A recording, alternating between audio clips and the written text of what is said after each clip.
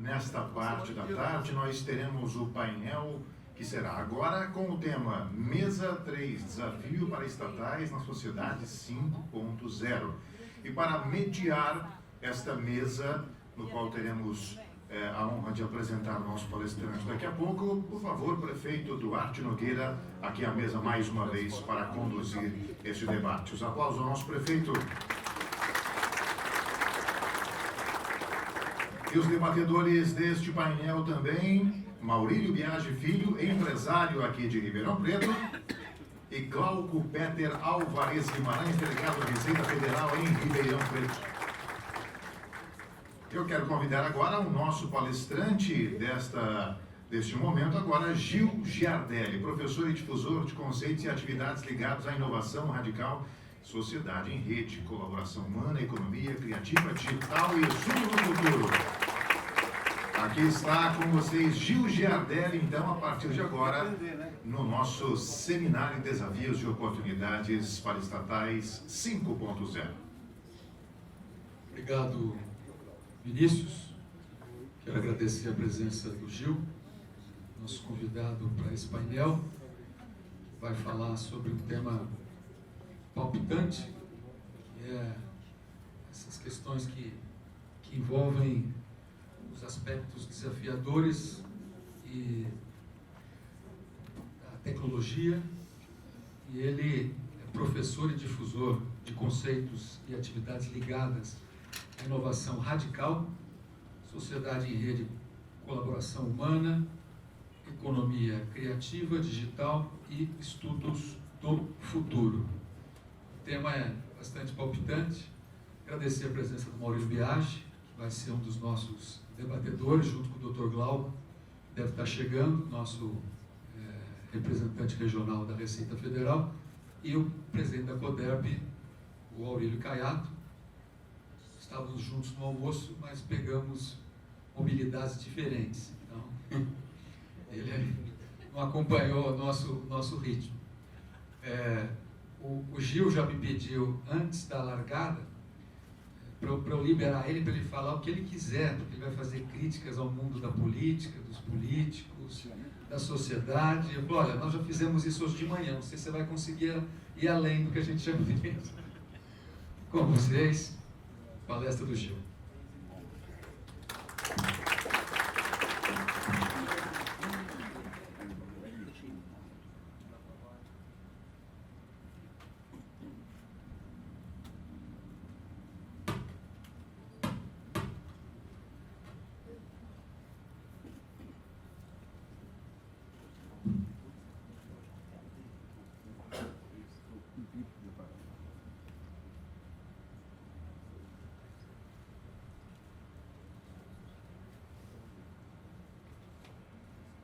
Chegou o sinal aí? Sim? Qual o microfone que eu uso? Sem fio. Tem alguma pessoa aqui ligada a uma instituição financeira? Gerente do banco? Não? Não posso fazer a brincadeira. Eu estou com o Maurílio aqui que esse equipamento eletrônico é igual o gerente de banco. Quando a gente mais precisa, ele falha. Já estou. Querido prefeito, muito obrigado pelo convite, uma honra.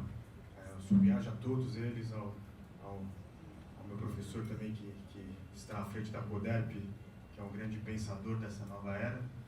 Eu vou falar sobre essa sociedade 5.0, desses novos desafios, e eu gostaria de começar tudo isso com o que nós chamamos... Desculpe, obrigado. Tudo que eu vou falar aqui não quer dizer que eu concorde com tudo, mas está tudo baseado em muita pesquisa, muito estudo, muita ciência, e também não faço nenhum juízo de valor, apenas compartilho com vocês sobre esse novo pensamento. Eu quero colocar aqui para vocês um pouquinho desses sinais do futuro que estão chegando.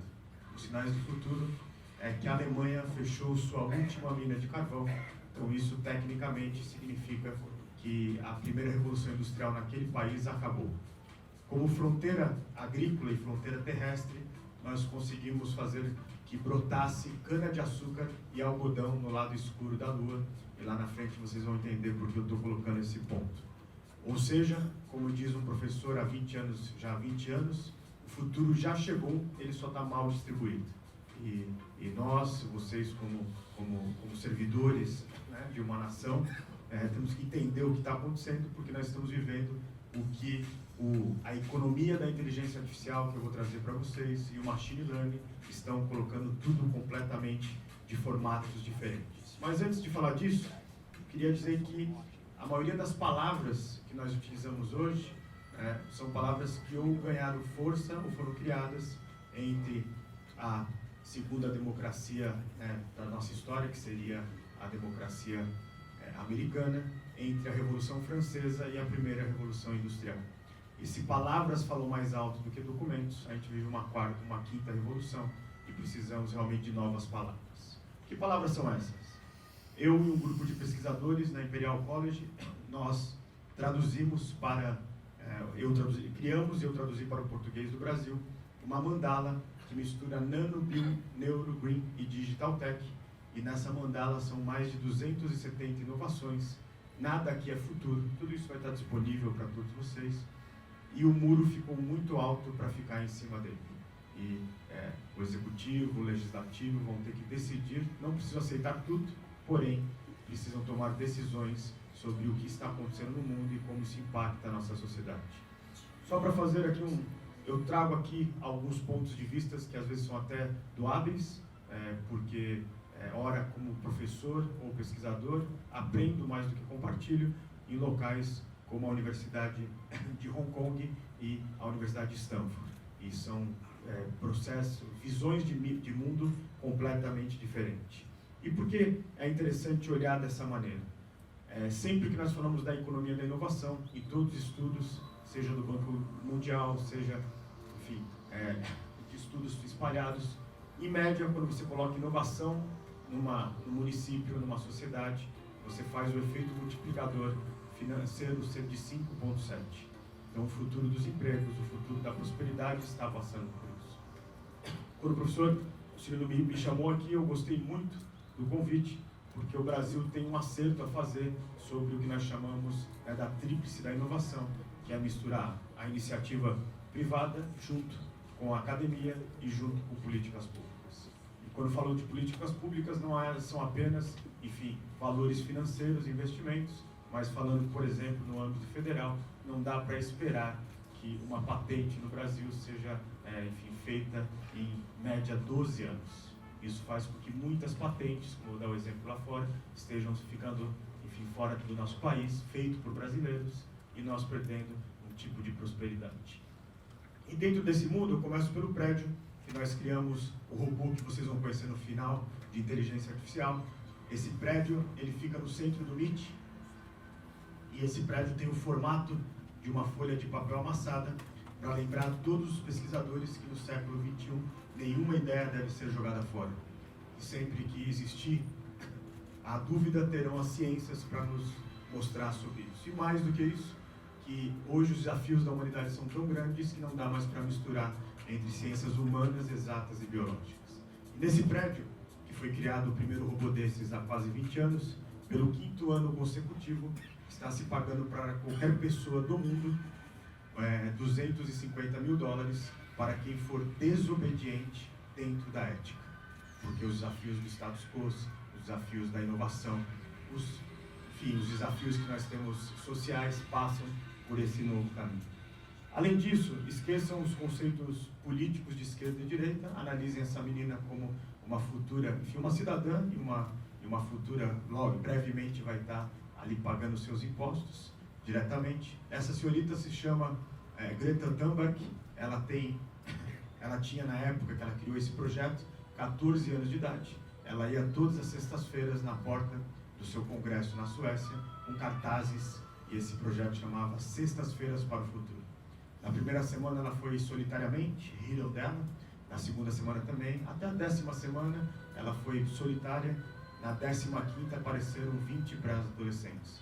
No dia 15 de março de 2019, no ano que estamos, em mais de 300 cidades, milhares, talvez milhões de pré-adolescentes foram para as ruas. Depois ela foi capturada por uma agenda política, mas ela é o que nós chamamos dessa nova era do conhecimento, e de pessoas que com simples cartazes e muita resiliência estão mudando e incomodando muito o status quo que estava estabelecido. Antes de falar sobre tecnologia, queria também falar sobre essas nuances que estão acontecendo aí.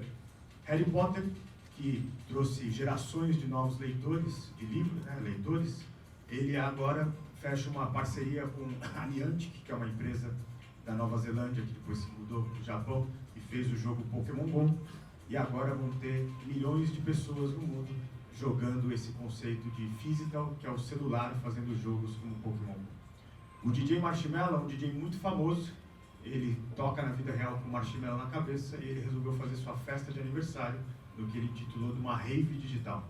Nessa festa entraram 10 milhões de pessoas. Uma parte bem considerável eram os pais que estavam ali para entender que mundo era aquele.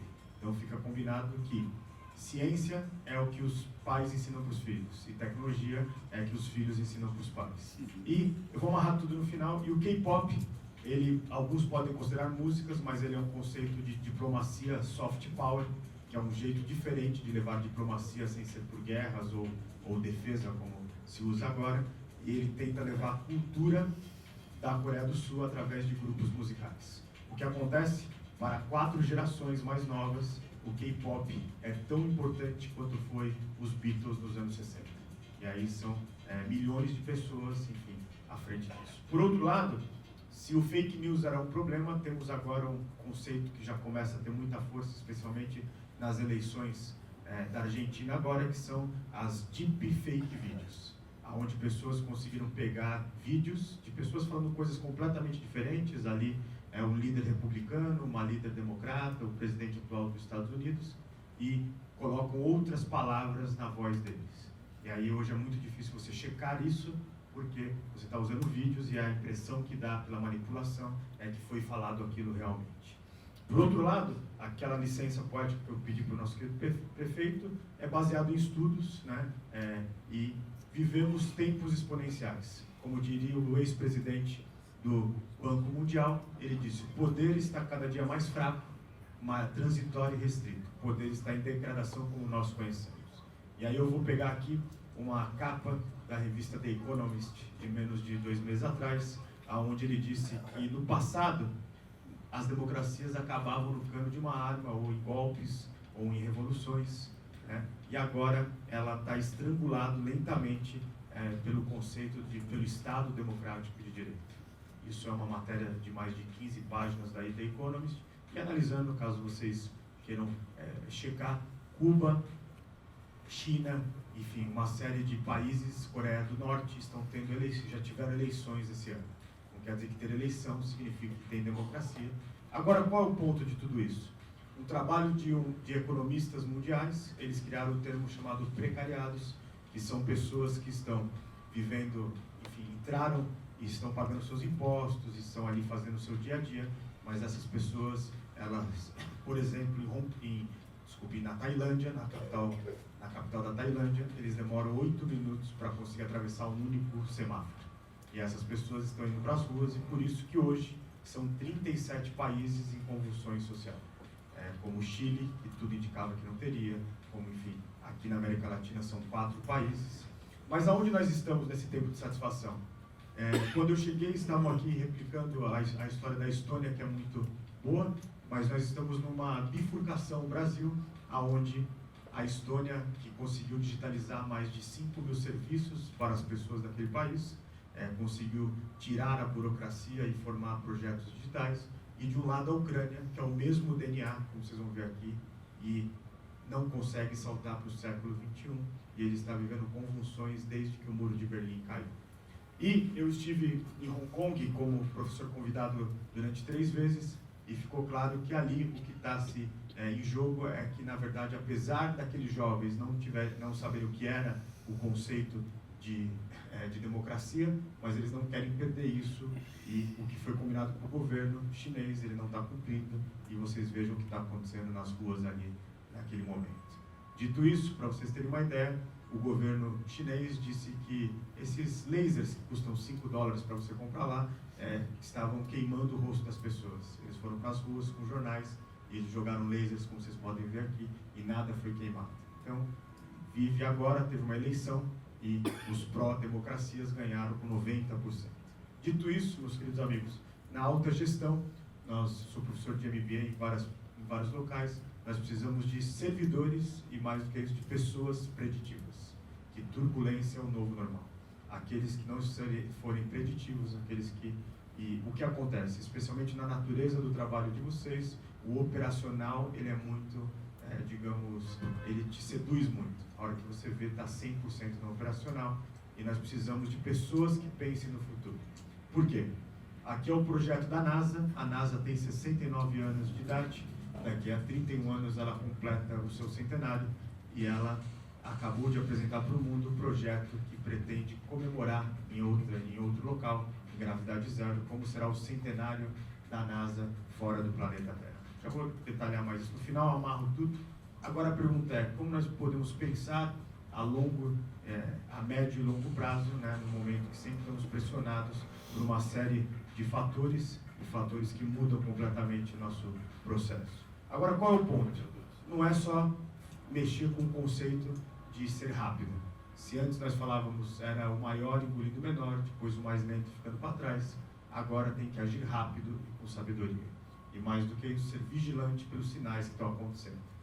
Dito isso, como todas as nações estão com questões, na cúpula do G20, agora dia 28 e 29 de julho em Osaka, o seu premier Shinzo Abe, que é o primeiro premier a ficar 2 mandatos, e agora vai para o seu 3º mandato pós-Segunda Guerra Mundial, ele disse que se é uma sociedade da imaginação, uma sociedade superinteligente, uma sociedade da ética e do conhecimento científico, não tinha como a gente colocar novamente a 4ª revolução industrial no centro de tudo isso. Ele disse que agora devemos chamar a sociedade 5.0, aonde todos os terráqueos contam. Muito mais do que seres humanos, conta também a gente fazer uma sociedade que conte o nosso ecossistema animal, vegetal, as pessoas acima disso. E qual é o ponto?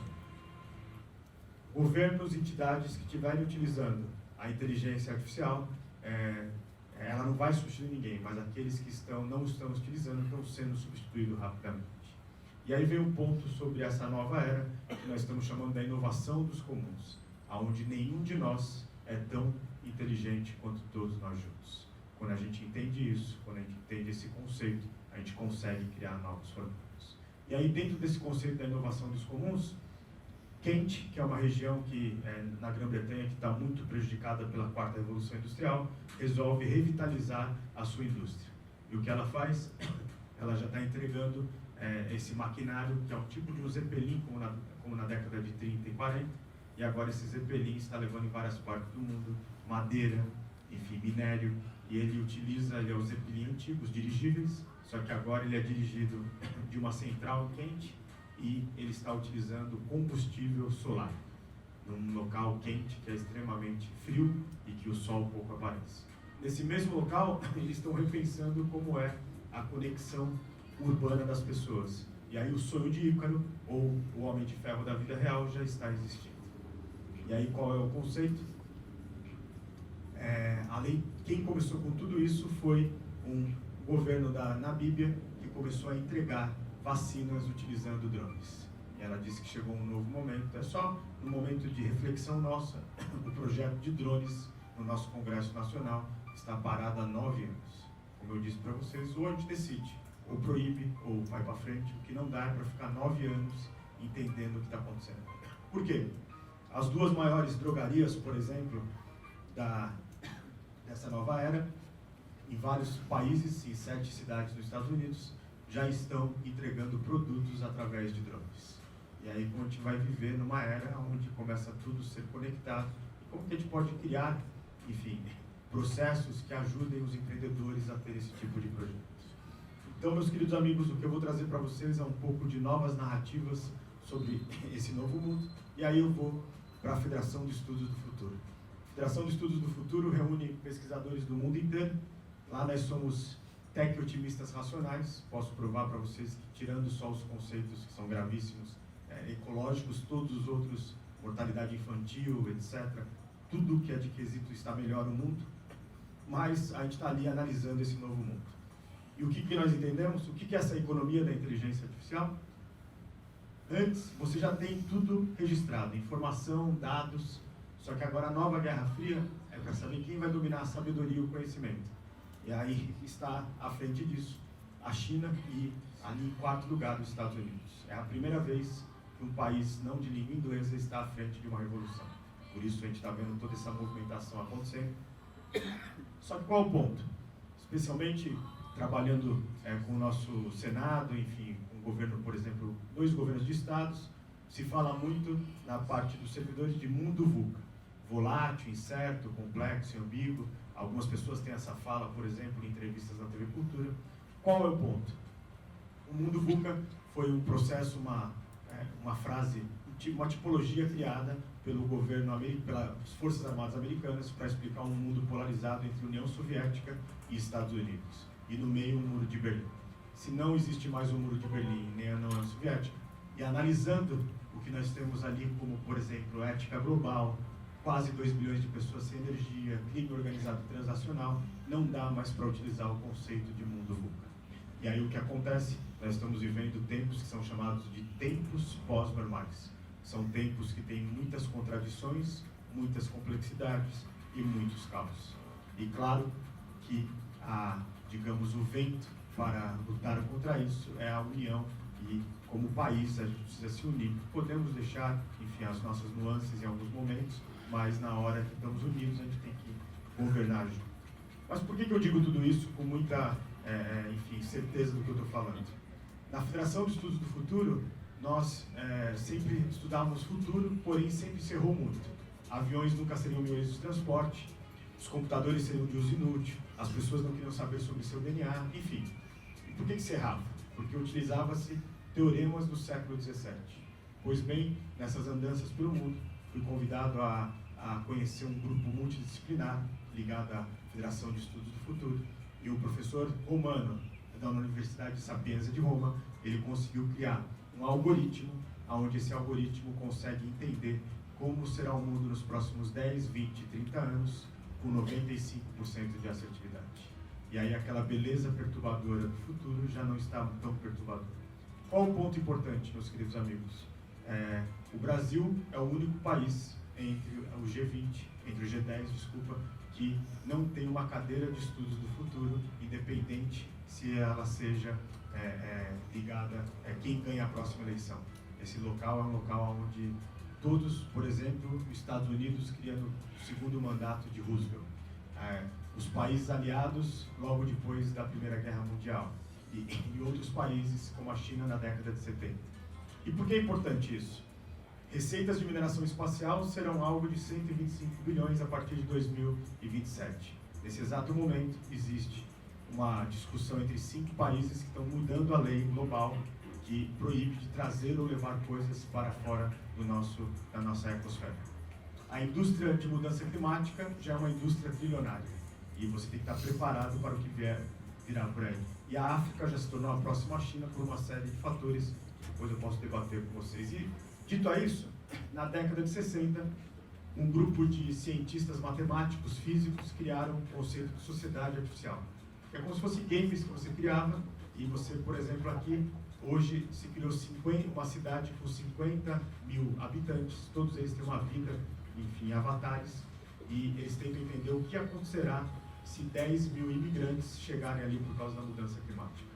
Dito isso, você está vivendo um lugar, agora com alta tecnologia, com inovação, você está vivendo um lugar onde as pessoas estão entendendo que mundo é esse através de sociedade artificial. E nesse mundo, o que nós estamos entendendo agora como sociedade? Bem-vindos à economia da inteligência artificial. A próxima franquia de Piratas do Caribe não terão 2 tipos de profissionais. O primeiro, Johnny Depp, que por questões éticas a Disney resolveu não renovar com eles, e o segundo foi os dublês. Toda a profissão é muito nobre, toda a profissão ela é muito válida e respeitada, porém a profissão de dublê causa muitos machucados e perdas de vidas. Mas vamos ficar para o Brasil para não ficar distante? Entre 75 países, nós estamos em 67º. Se nós melhorássemos apenas 2 pontos nessa nova economia, nós geraríamos 120 bilhões de dólares no nosso PIB. Evidente que é importante você fazer reformas, etc., mas não vão ser só as reformas que vão levar a gente para esse novo mundo. Dito isso, eu fui estudar os 32 países da OCDE e 24 já vivem o conceito de pleno emprego. Vou explicar por quê. São países, isso é tudo muito novo, começou, por exemplo, o primeiro documento sobre a economia da inteligência artificial em 2016 com os Estados Unidos. Mas por que tanta convulsão? Macron está também conseguindo, numa faixa social, alcançar esses resultados. Porém, ele já está na 67ª semana, todos os sábados, em todo o território francês, nas principais cidades, saem às ruas os coletes amarelos, que são aqueles coletes de pessoas que não têm nenhuma linha partidária, eles não deixam nenhum partido entrar, mas eles estão muito irritados com esse novo mundo. Vou pegar só um exemplo aqui do Brasil para a gente entender um pouquinho mais. Na cidade que eu moro, já foi aprovado na Câmara Municipal a lei que não exige mais que tenham cobradores nos ônibus. Né? O cobrador, eles resolveram, enfim, tentaram falar que não ia ter uma greve. Como a gente está próximo de uma eleição, deram um pouquinho de passo atrás, mas isso é uma questão de tempo, vai se resolver isso. E por quê? Vamos falar de países que estão indo bem. Angela Merkel, ela está numa feira de inovação, onde essa feira de inovação para meninas, e ela fala assim: não importa se você vai fazer jornalismo, se você vai fazer economia, se você vai fazer, enfim, gestão pública, todas as meninas terão que ser também cientistas de dados. Porque, na verdade, hoje o desafio, só para vocês terem uma ideia disso como é importante, o Hospital Albert Einstein está lançando uma nova faculdade que inaugura agora em fevereiro. 30% do que os futuros médicos e médicas vão estudar nos próximos 5 anos serão relacionados ao conceito de cientistas de dados. E o que acontece? Nesses países, quanto mais inovação e mais automação, em várias faixas sociais está tendo o que nós chamamos de pleno emprego, que são taxas tão pequenas de desempregos que não são taxas estruturais. Vamos dar um exemplo disso? A BMW, ela se posicionou alguns anos atrás como um país, como uma empresa que ela não era mais da indústria automobilística, ela era uma empresa de conexão urbana e intergaláctica. E o que ela fez não ficar só conexão urbana. Ela colocou disponível na internet o seu carro conceito e disse assim: vou colocar o arquivo STL, que é o arquivo técnico para você fazer impressão 3D. Ele falou assim: se você desejar imprimir nosso carro, não precisa pagar nada. Né? Se você quiser algum auxílio, sim, você vai pagar por isso. Hoje já são mais de 300 pessoas que, usando o conceito de impressão líquida, estão realmente fazendo o seu carro, e já tem o seu carro BMW. Isso está vindo uma indústria como nunca. Vou pegar aqui só, não julgo nenhuma empresa, não é esse meu papel, mas a Embraer tecnicamente foi comprada pela sua rival americana, porque ela não conseguiu entender essa nova era. E aí, dito isso, vocês estão bem? Como estão?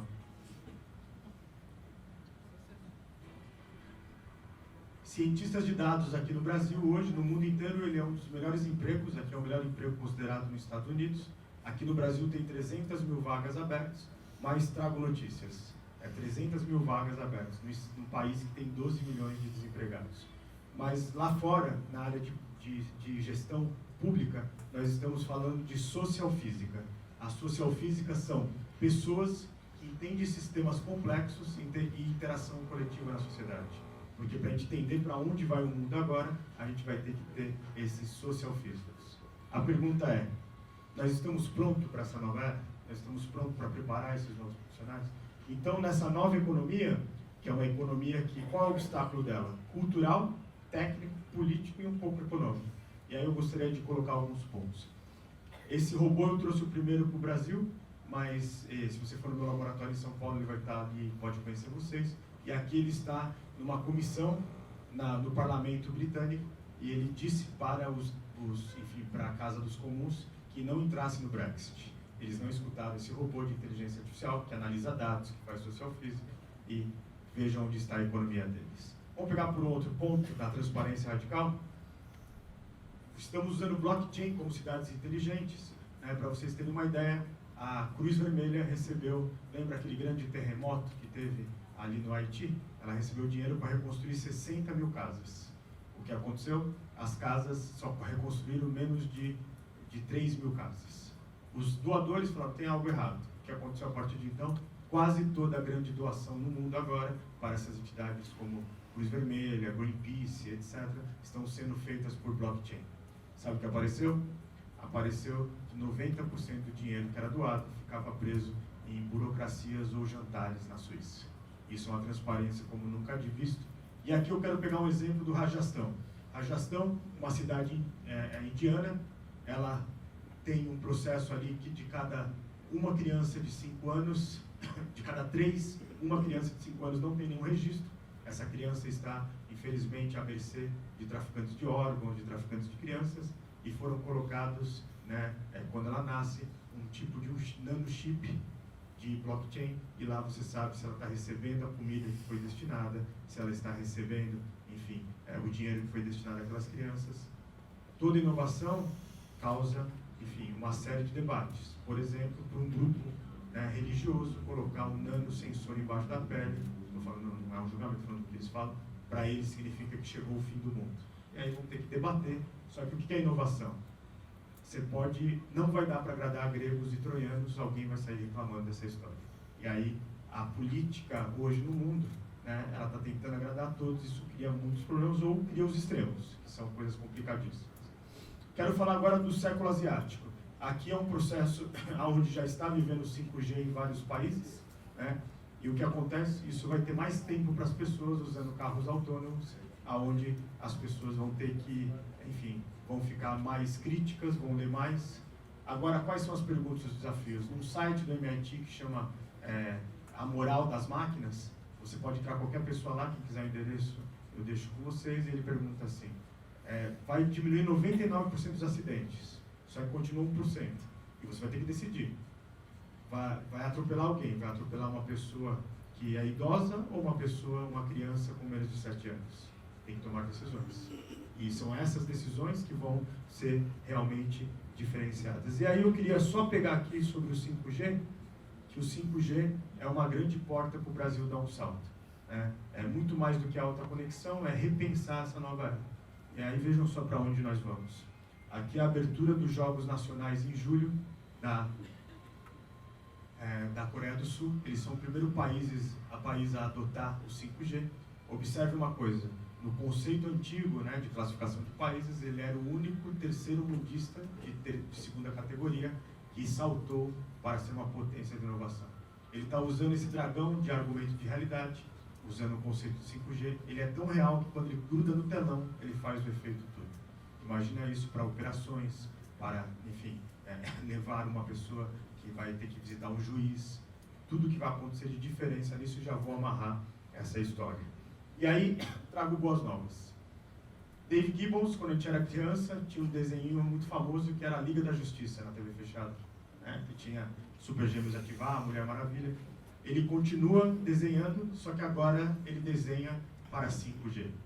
E ele tem 74 anos de idade, é um septuagenário, e ele prova que ser jovem hoje não tem nada a ver com a idade, mas sim quanto você encara as mudanças.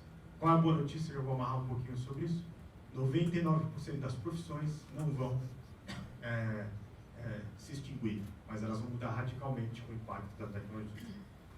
Vocês estão bem aí? E aí eu queria colocar algumas cidades que estão fazendo salto só para entender o que vai acontecer. O governo de Paris, a prefeitura de Paris, está com um problema muito sério por falta de energia.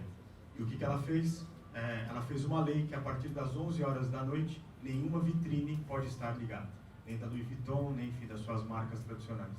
Pois bem, ela foi até a Universidade de Paris e ela conseguiu entender uma startup de uma menina de 21 anos.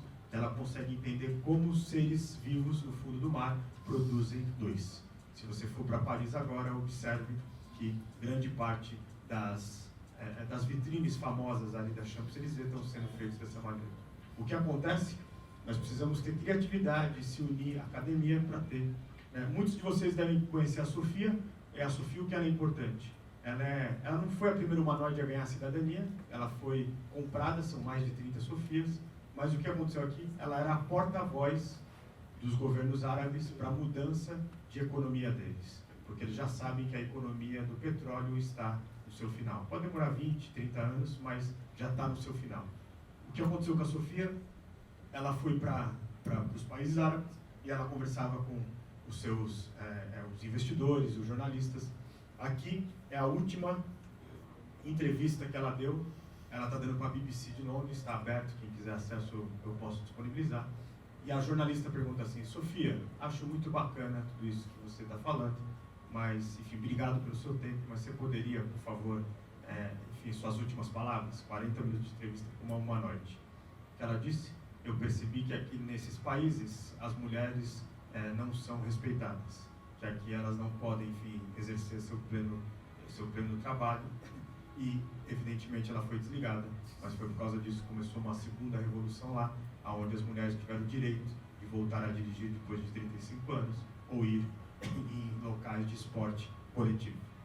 Então, meus queridos amigos, essa nova era da economia da inteligência artificial vai trazer ganhos. Aqui é o governo da Itália, o Andrea Bocelli, ele... Desculpa, estou com uma tosse alérgica. Ele está treinando com esse robô. Mas quero falar aqui no Brasil. No estado que eu fiz o trabalho, na verdade, com uma empresa privada, existia vários profissionais que a profissão dele era recolher o ovo de um dia e levar até a incubadora. Esse profissional tem meritocracia, ele tem que recolher 3.000 ovos por dia. Se imagine a saúde mental dele depois de 12 meses trabalhando dessa maneira. E aí você coloca essa máquina que gera mais empregos para fazer esse trabalho repetitivo. Qual o nosso desafio como sociedade? Ajudar essas pessoas que têm trabalhos que ficaram para trás a fazer a transição para o próximo trabalho. E aí, queria pegar aqui um salto sobre a saída da Ford no nosso... Eu estou aqui costurando com vocês, mas...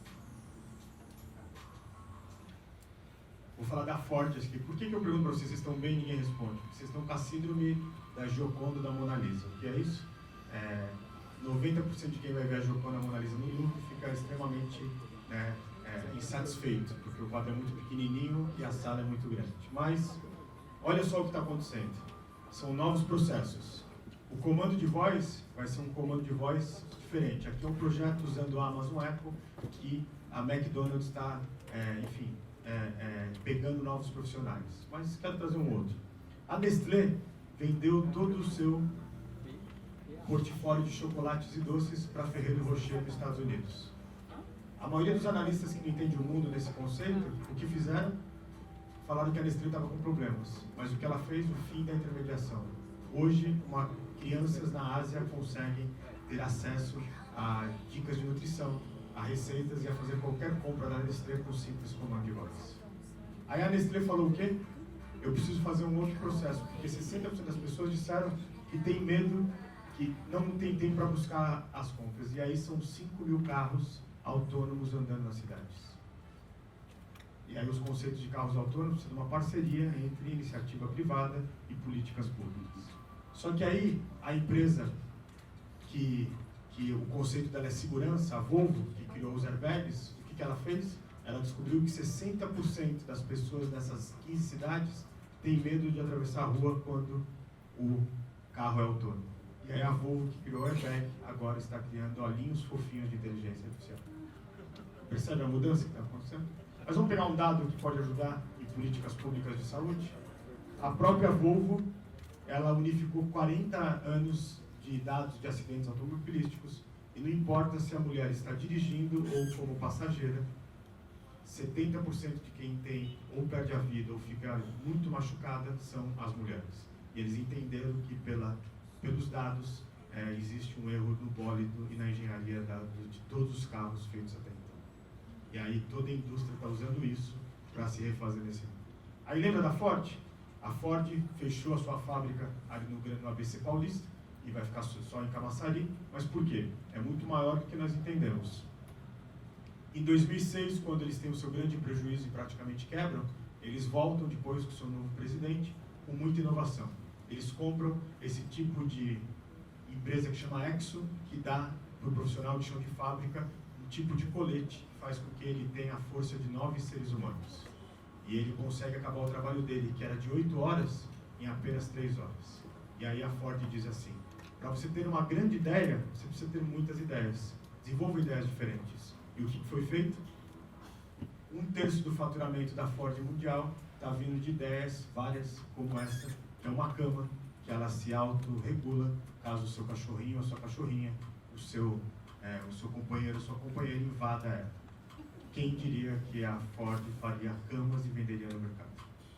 Outra parte do faturamento deles, que entra nesse 1/3, eles foram a primeira empresa a se posicionar sobre patinetes. Isso em 2008, quando a maioria dos analistas disseram assim: a Ford deve estar maluca.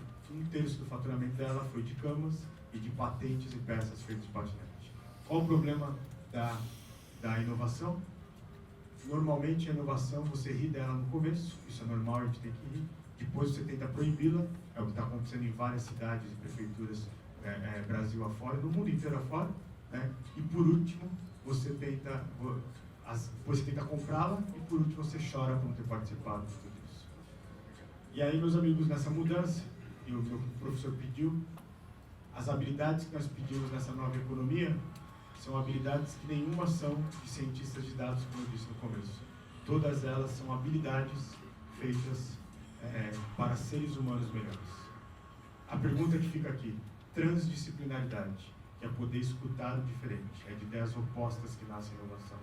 No mundo que está fraturado, a gente pode escutar o diferente? Eu tenho um professor, meu amigo, mas discordo de tudo que ele fala sobre tecnologia, e ele discorda de tudo que eu falo. Mas a gente faz questão de almoçar toda semana, todo mês, para poder trocar, enfim, debates. E outro conceito na educação: flexibilidade cognitiva, que parece uma palavra muito nova, mas foi o que um professor em 72 disse: se você não estiver pronto para aprender, desaprender e reaprender durante a vida, você não vai conseguir viver muito bem nesse novo mundo.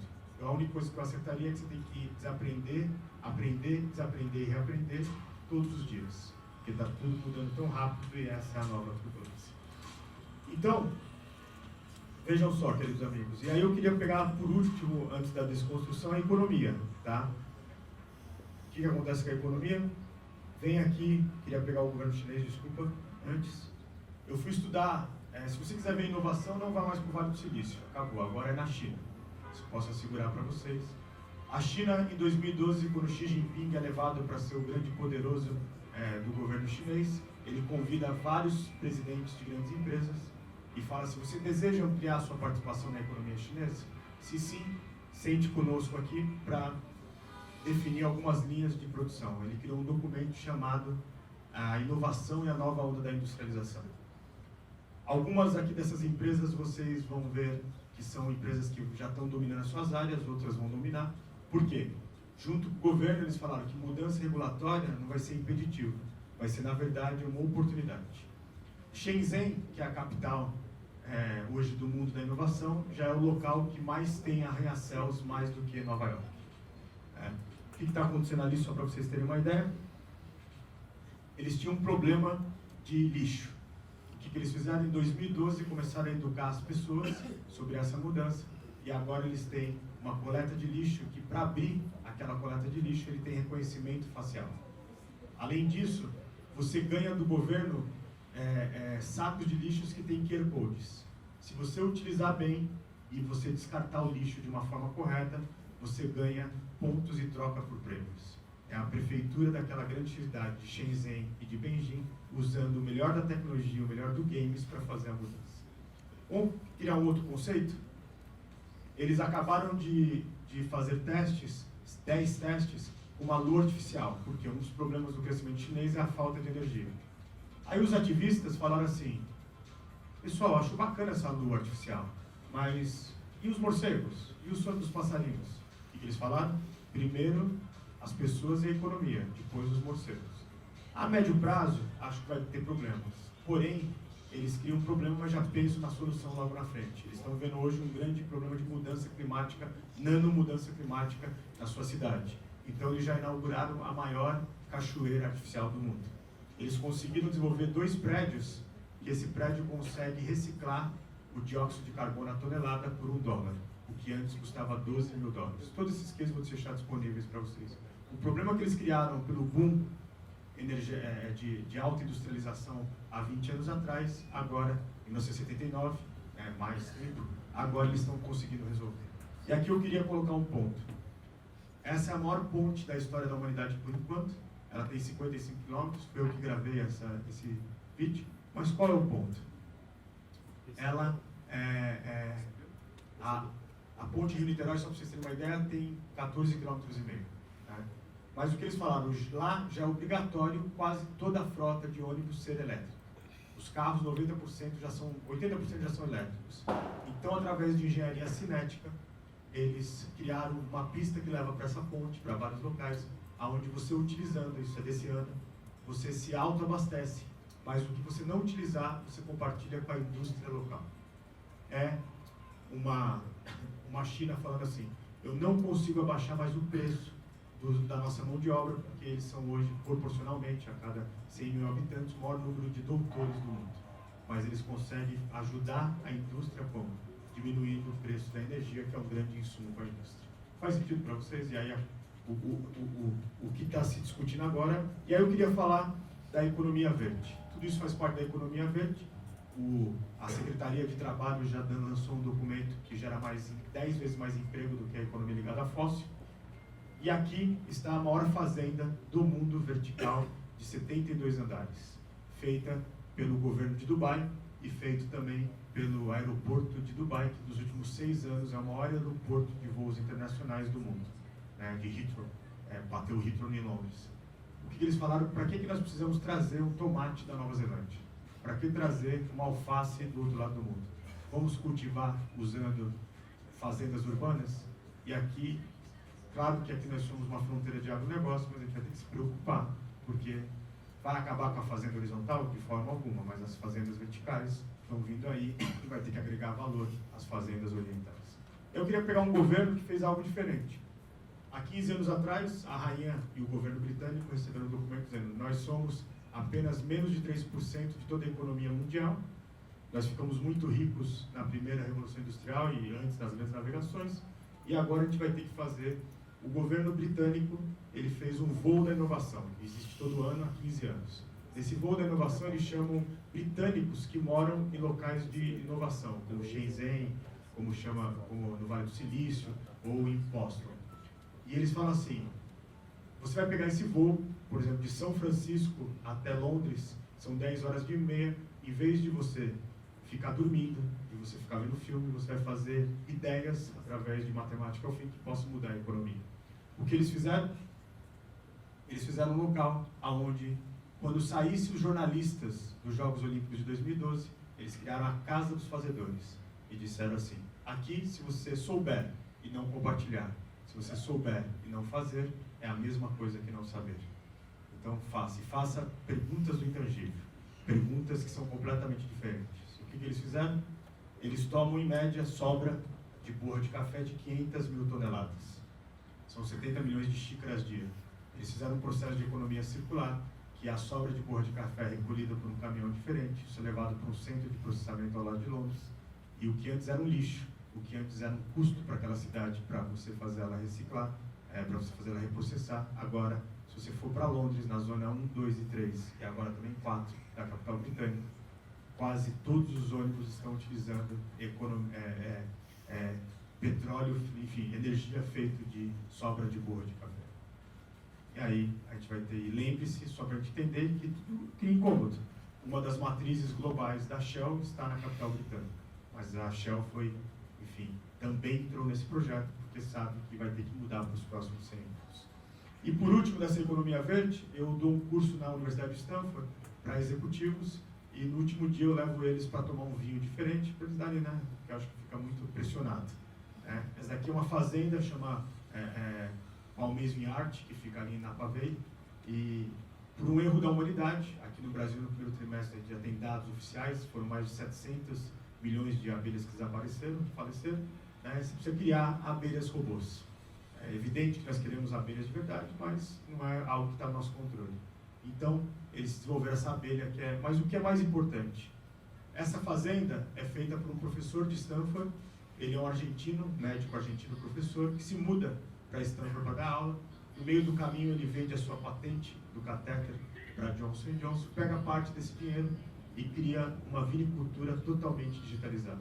Hoje ele sabe como estão os seus 14 tipos de uvas. Esse professor, ele continua lecionando, porque o ofício de lecionar escolheu ele, não ao contrário, como sempre, professor. E o que acontece? Mas ele está ganhando muito dinheiro, ganhando um bom dinheiro vendendo vinho de muita qualidade, mas ganhando mais dinheiro ainda digitalizando cavas, digitalizando Bordeaux, digitalizando champanhe. Ou seja, se o vinho, que há 5.000 anos não mudava radicalmente desde a época dos sumários, imagine, enfim, as outras profissões. E por último, só para a gente deixar como vai tudo mudar, esse é um bailarino, isso aqui é um projeto do governo japonês, de Sociedade 5.0. Esse bailarino, ele está tocando com convidados da Orquestra Sinfônica da Áustria e de Berlim. Mas quem toca o piano são esses fios vermelhos atrelados ao corpo dele. Ele provavelmente não sabe o algoritmo, mas ele já entendeu que ele precisa harmonizar o seu movimento secular com o dó sustenido da inteligência artificial. E aí, meus amigos, todos nós seremos impactados. Nesses 40 minutinhos, foi claro para vocês?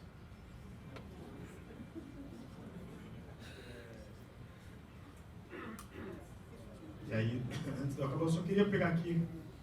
Isso aqui é um projeto que provavelmente vai dar o prêmio Nobel para 2 professores economistas. É que o prêmio Nobel tem muita política no sentido acadêmico, mas o que esses 2 professores falaram? Que agora é o capitalismo sem capital e a economia do intangível. O que é mais caro no dia de hoje? O tempo de todos nós. O tempo de vir até aqui, todos vocês, todos nós. Aqui é o centro de blockchain do governo britânico, dentro da Imperial College. Eles já sabem que está no limiar, isso pode demorar 20, 30, 40 anos, não importa, mas o blockchain significa talvez o conceito de Estado, o fim do Estado-nação. Mas a Suíça, se antecipando a isso, disse o quê? Ela se intitulou como uma nação das criptomoedas. E ela disse assim, nos últimos 500 anos nós guardamos quase toda a fortuna do mundo. Dólar, pedras preciosas, ouro, e agora nós vamos guardar, já estão guardando, mais de 300 moedas criptografadas, como Bitcoin, Ethereum, lítio. Mas para não fazer uma mudança só de discurso que eles fizeram, lembra do cofrinho, que era aquele cofrinho inteligente que tinha? Agora esse cofrinho vem com inteligência artificial. Ele ajuda as crianças a colocarem moedas impressas, mas também moedas digitais. E aí essa criança sabe quanto que ela vai precisar economizar para comprar seu patinete no futuro. E aí, meus queridos amigos, na área de saúde, em grandes governos, está se colocando blockchain tudo para entender da onde veio aquela fruta, da onde veio aquele legume, enfim, para colocar transparência radical. Então, nessa parte, meus amigos, eu queria dizer que quase tudo que nós discutimos em Bretton Woods, no final da Segunda Guerra Mundial, já não está cabendo mais. A gente pode até discordar, tem uma pessoa que fala assim, mas você é contra a propriedade intelectual? Não é isso que eu estou falando. Estou dizendo que o que nós discutimos ali já está sendo colocado. O conceito de PIB, produtividade de fatores, renda per capita já não fecha mais a conta. E aí, o que aconteceu? Tudo aquilo que nós discutimos em Bretton Woods como a curva de ensino da classe média já não está cabendo. E aí, como esses simpáticos aviáceos, pode ver que as crises econômicas só mudam de endereço, mas estão cada dia no lugar. Mas para não ficar só perguntas aqui, já existe um grupo de países que estão discutindo como calcular o novo formato de PIB. E ele calcula como acúmulo de capital, que já tinha, base de intelecto e o uso da inteligência artificial. Agora, a base de intelecto, qual é o problema? São dados. São dados do Ministério da Educação. Quase 60% dos nossos graduandos, que estão graduando ou vão graduar, são analfabetos funcionais ou em português ou em matemática. Isso vai ser um choque como nunca visto nesse... E aí, e quem é um país que fez diferente? A Singapura, ela falou, preciso mudar, preciso colocar produtividade e competitividade no centro. Né? E o que ela fez? Ela capacitou em mais de 50 novas profissões. E ela falou assim, agora você continua tendo o agente turístico, só que agora ele é agente turístico para a realidade virtual. Porque 90% dos chineses não vão poder sair das suas fronteiras, então usa a realidade virtual. Eles falaram assim, para conhecer a nossa cidade, eu vou fazer uma pesquisa diferente, com ondas cerebrais. E aí eles convidaram influenciadores digitais de turismo do mundo inteiro para visitarem Singapura e usarem essa tiara. E aí, para finalizar aqui, a gente abrir nosso debate, eu queria só falar sobre a grande inovação. Então eu desconstruí aqui a economia, empresas, né, até um pouquinho do nosso serviço público, mas a próxima grande fronteira antes era de código 1 e 0, e agora vai ser de código genético. A gente tem que observar aqui por que essas empresas estão se mudando e fechando suas matrizes ao redor do mundo. Só para vocês terem uma ideia, aqui no nosso estado, a Roche já só deixou aqui a área de vendas e administrativa, a Novartis está fazendo a mesma coisa, a GSK está fazendo isso, e elas estão indo para onde? Ao lado do MIT. Por quê? Porque lá está tendo uma série de políticas, de leis que absorvem essa nova era. Que nova era é essa? Nós estamos vivendo o começo da engenharia genética. Qual o problema dessa engenharia genética? Ela pode criar um mundo onde vão ter pessoas que vão viver 200 anos com muita saúde e outras que vão falecer com 10 anos por falta de, enfim, por malária. E aí o que acontece? Nós estamos curando quase todas as doenças como sociedade científica, mas eu queria pegar uma específica que até foi divulgada pela imprensa. Em julho foi autorizado pela FDA, a Anvisa americana, é o remédio mais caro da humanidade até então. É uma dose única, você toma durante 4 dias, e ele ajuda na atrofia muscular espinhal. Lá fora, a dose custa 2 milhões e 100 mil dólares. Até então, o remédio mais caro era um remédio que combatia um tipo de cegueira, que custava 900 mil dólares. Caríssimo, né, para a grande parte da população. E eu fiquei muito impactado por isso, porque a tendência dos remédios é cada dia aumentar. E aí, o nosso tipo de lei, nem tudo está certo ou errado.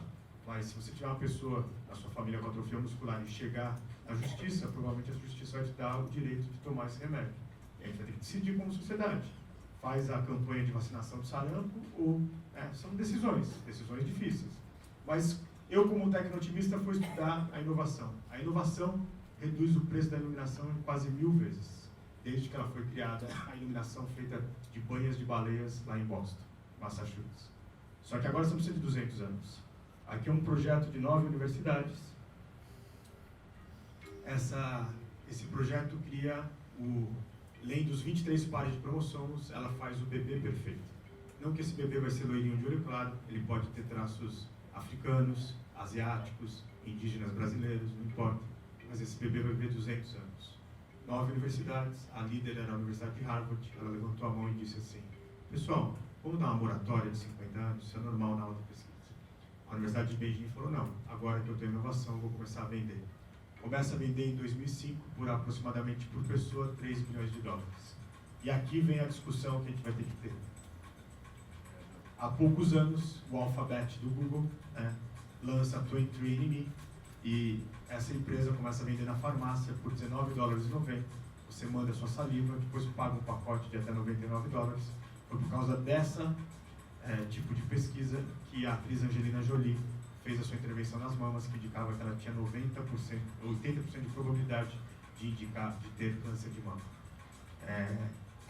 Você tem um governo chinês agora que vai fazer o seu censo 2020 e ela não vai mandar um pesquisador para casa das pessoas. Ela está mandando esse tipo de produto e pedindo para que 1 bilhão e 400 milhões de pessoas mande a sua saliva para ele catalogar tudo isso. Qual é a questão aqui? Tem várias questões. Qual é o poder do Estado e qual é o poder individual? Só que lá na China não tem muita discussão, então você vai ter que mandar a saliva.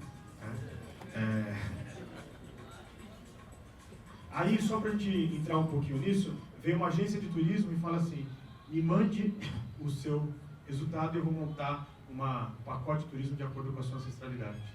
O que acontece? Em média, nós brasileiros temos 6 ancestralidades no nosso T-Bone de pares de promoções. Vem uma indústria e fala assim: me mande de carros, me mande o seu resultado e eu vou mandar para você um carro feito de acordo com o seu DNA. Porque a cor, se você gostar de azul, de verde, de vermelho, de amarelo, tem a ver, está no seu registro de DNA. Vem um banco e fala assim: sabe aquele remédio que custa 2 milhões e 100 mil dólares? Feito através desse banco. O que esse banco faz? Ele fala assim: já que são quase 200 milhões de pessoas que fizeram esse exame, se você autorizar para que a indústria farmacêutica tenha acesso, ela vai desenvolver drogas poderosas. E depois eu te pago royalties sobre isso. Sabe como que ele paga? Sobre blockchain. A pergunta é, não sei se o nosso querido amigo da Receita Federal já está aqui, como que a gente vai taxar blockchain nesse conceito, se está pagando lá fora? né? Vamos sair do imposto. O Acordo da Basileia, que é o acordo que regulamenta as finanças no mundo, está discutindo isso há um ano, não chega a discussão nenhuma. Vem um Tinder 2.0, só para vocês entenderem das implicações sociais disso. E ela fala assim, né, pessoas de sexos diferentes, né, nesse caso, ele além de comparar se você gosta do mesmo tipo de livro, do mesmo tipo de você manda o seu resultado de DNA e ele vai entender se vocês têm pares de cromossomos, enfim, que são compatíveis para ter uma criança com boa saúde. Tecnicamente, pessoal, isso é eugenia, isso é seríssimo. A gente precisa discutir sobre isso lá fora, falando no Brasil, falando no mundo, mas, né, em países que deixam a coisa acontecer mais, isso está acontecendo e são milhões de pessoas utilizando esse Tinder 2.0. E por último, para a gente não acabar um pouco feliz, né, já tem uma cerveja que vai ser servida aqui no Pinguim, ela fala assim, me mande o seu DNA que eu vou fazer uma cerveja diferente para cada pessoa. Foi por causa dessa fala, né, que essa cerveja está funcionando, ela é uma startup de uma gigantesca, que o principal acionista brasileiro da Ambev disse assim, eu sou um dinossauro apavorado, porque eu vi pessoas fazendo cerveja de acordo com leitura de DNA. Eu vi pessoas imprimindo hambúrguer usando proteína de animal. Mas qual é o ponto, amigos? A gente precisa inovar. Dubai, que até então era uma república, aldeia, né? Ela já está se entendendo sobre a sua nova era no conceito do fim da economia do petróleo. Aqui é o primeiro táxi autônomo drone feito de energia solar. Muitos de vocês viram esse vídeo, mas sabe que ninguém viu nesse vídeo? Poucos viram? Nenhum sheik quis dar a primeira voltinha. E qual o problema? A inovação e a mudança é esse ser simpático. Todo mundo deseja, mas quem é que vai fazer primeiro? Vamos esperar? E mais do que isso, a gente sempre está se desculpando. Vamos esperar passar o Natal, depois vem o Carnaval, depois vem a festa junina, depois vem a reforma tributária, e a gente sempre vai dando desculpa aí. Se vocês têm, enfim, um prefeito que está liderando uma conversa como essa, que dá liberdade total, que ele deu, que eu perguntei para ele deu liberdade total, sejam vanguardistas nesse país, talvez nesse mundo. A gente precisa desses choques. Ela já me levantou de 5 minutos, mas eu só queria concluir com... Quem tem filhinhos com menos de 6 anos aqui? Ou filhinhas, não importa? Então, papais, mamães, se preparem. Aqui é o primeiro aeroporto intergaláctico desde a época dos Incas e dos Maias. É um aeroporto no deserto de Nevada. Daqui vão sair milhões de voos para trabalhar numa empresa na Lua ou em Marte. Acha distante? A Braskem e a discussão sobre a venda da Odebrecht é porque uma parte de inovação dela são 20 anos de pesquisa e ela conseguiu, com o broto de cana-de-açúcar, desenvolver o plástico verde. E com o plástico verde você faz impressão de casas para os pesquisadores, seja na Lua, onde for, e já tem escolas ensinando a escola, como trabalhar em gravidade zero. A cultura está sempre à frente do seu mundo. Aqui é uma festa que ela tem gravidade zero. Só não pode passar mal.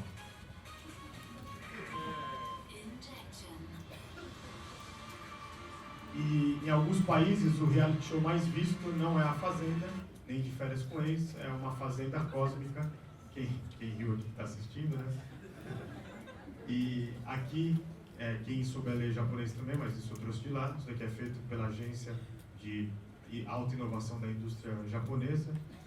São 50 dias de comida em nanotecnologia. Você já tem o preparo disso, são 8 andares. Mas mais do que isso, meus amigos, eu trouxe aqui a festa, eu trouxe aqui a fazenda, mas na verdade o que está se utilizando para toda essa conquista global são teoria de jogos, são conceitos seríssimos de o que nós chamamos de relações internacionais, soft power, né? E você está vivendo um lugar onde, por exemplo, não é nenhuma viagem, isso é alta academia, várias universidades estão se unindo e elas estão desenvolvendo o Teorema de Pitágoras gigante nas tundras siberianas. O principal estudo hoje do MIT de Harvard, que são 2 estações de metrô, é como vai ser a linguagem extraterrestre. Eu estou dizendo aqui não tem nada a ver com achismos, tem discussões seríssimas de mundo. E aí você deve estar se perguntando, mas o que você perguntou sobre o nosso filhinho e nossa filhinha? Porque provavelmente ele vai conversar ou ela com você como um avatar. Essa menininha é hoje o ser, não o ser humano, o ser com mais licença de uso de imagem do mundo. Mais do que a Rainha da Inglaterra, mais do que o Rei Pelé. Ela abriu o show da Lady Gaga alguns anos atrás e ela criou uma legião de fãs. Mas nessa altura do campeonato a gente concorda que o show mudou, certo? A pergunta que fica aqui é: o que nós faremos com todas as entidades que já não respondem mais os desafios dessa era global? Eu acho que esse debate faz parte também de entender esse novo. Vou ficar só na educação, que aí é a minha área onde eu tenho mais estudo sobre isso. Não sei tudo, mas estudo bastante. Ainda nós fazemos no mundo inteiro, não é só no Brasil, crianças, pessoas de todas as idades, decorarem os números irracionais, o pi, a fórmula de Bhaskara e o cateto da hipotenusa. Em virtude disso, que 80% dos nossos estudantes repelem qualquer ciência exata. Os empregos do futuro vão estar nas ciências exatas. Junto com o humanismo, sim, mas vamos ter que ter essa dualidade junto. E aí, essa menina está se aposentando, depois de 10 anos. Né? E aí já criaram a substituta dela. Mas o que vai passar na frente dela é o que é mais importante. Tudo isso que vai passar agora é o que já está acontecendo no mundo. Muito ainda em centros de pesquisas, inicialmente nas empresas, mas é questão de tempo. Vejam só. Eu silencio minha voz um pouquinho.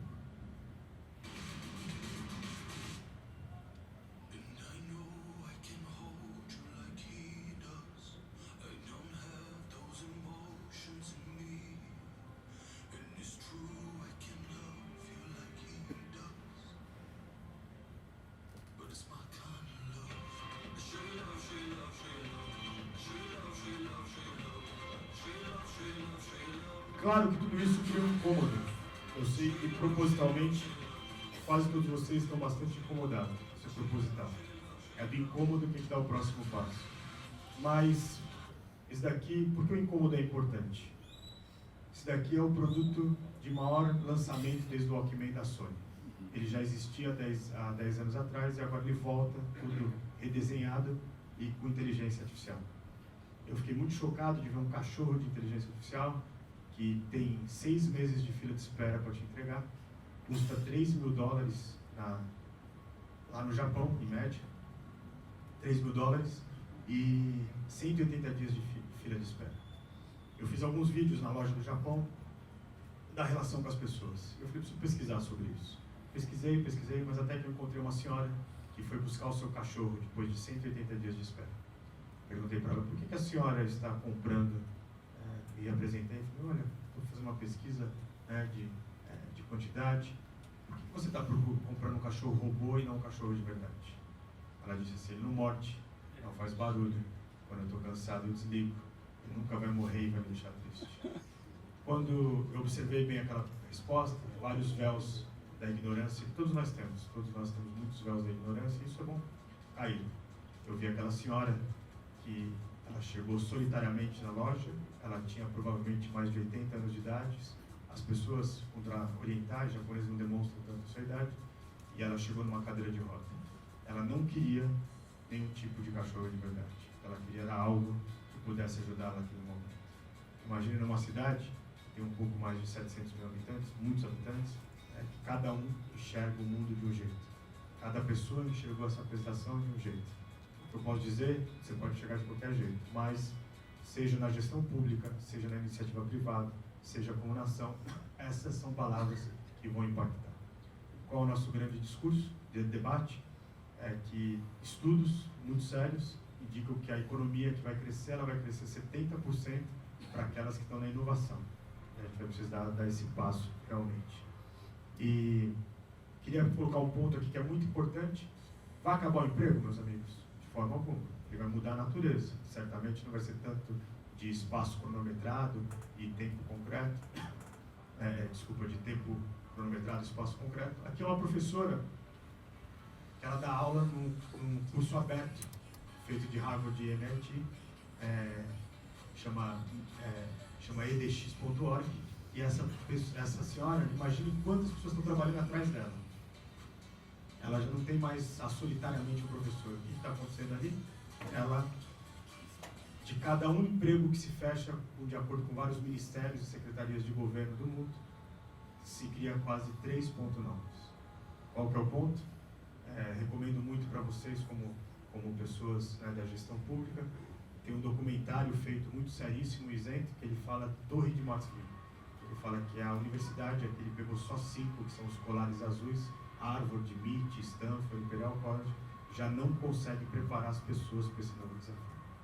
Na minha equipe eu tenho 2 profissionais que são roboticistas, mas eu tive que tirar elas da engenharia elétrica, porque eu não conseguia tirar, não existe o curso de roboticista, mas isso é realmente outro ponto. Vocês estão bem?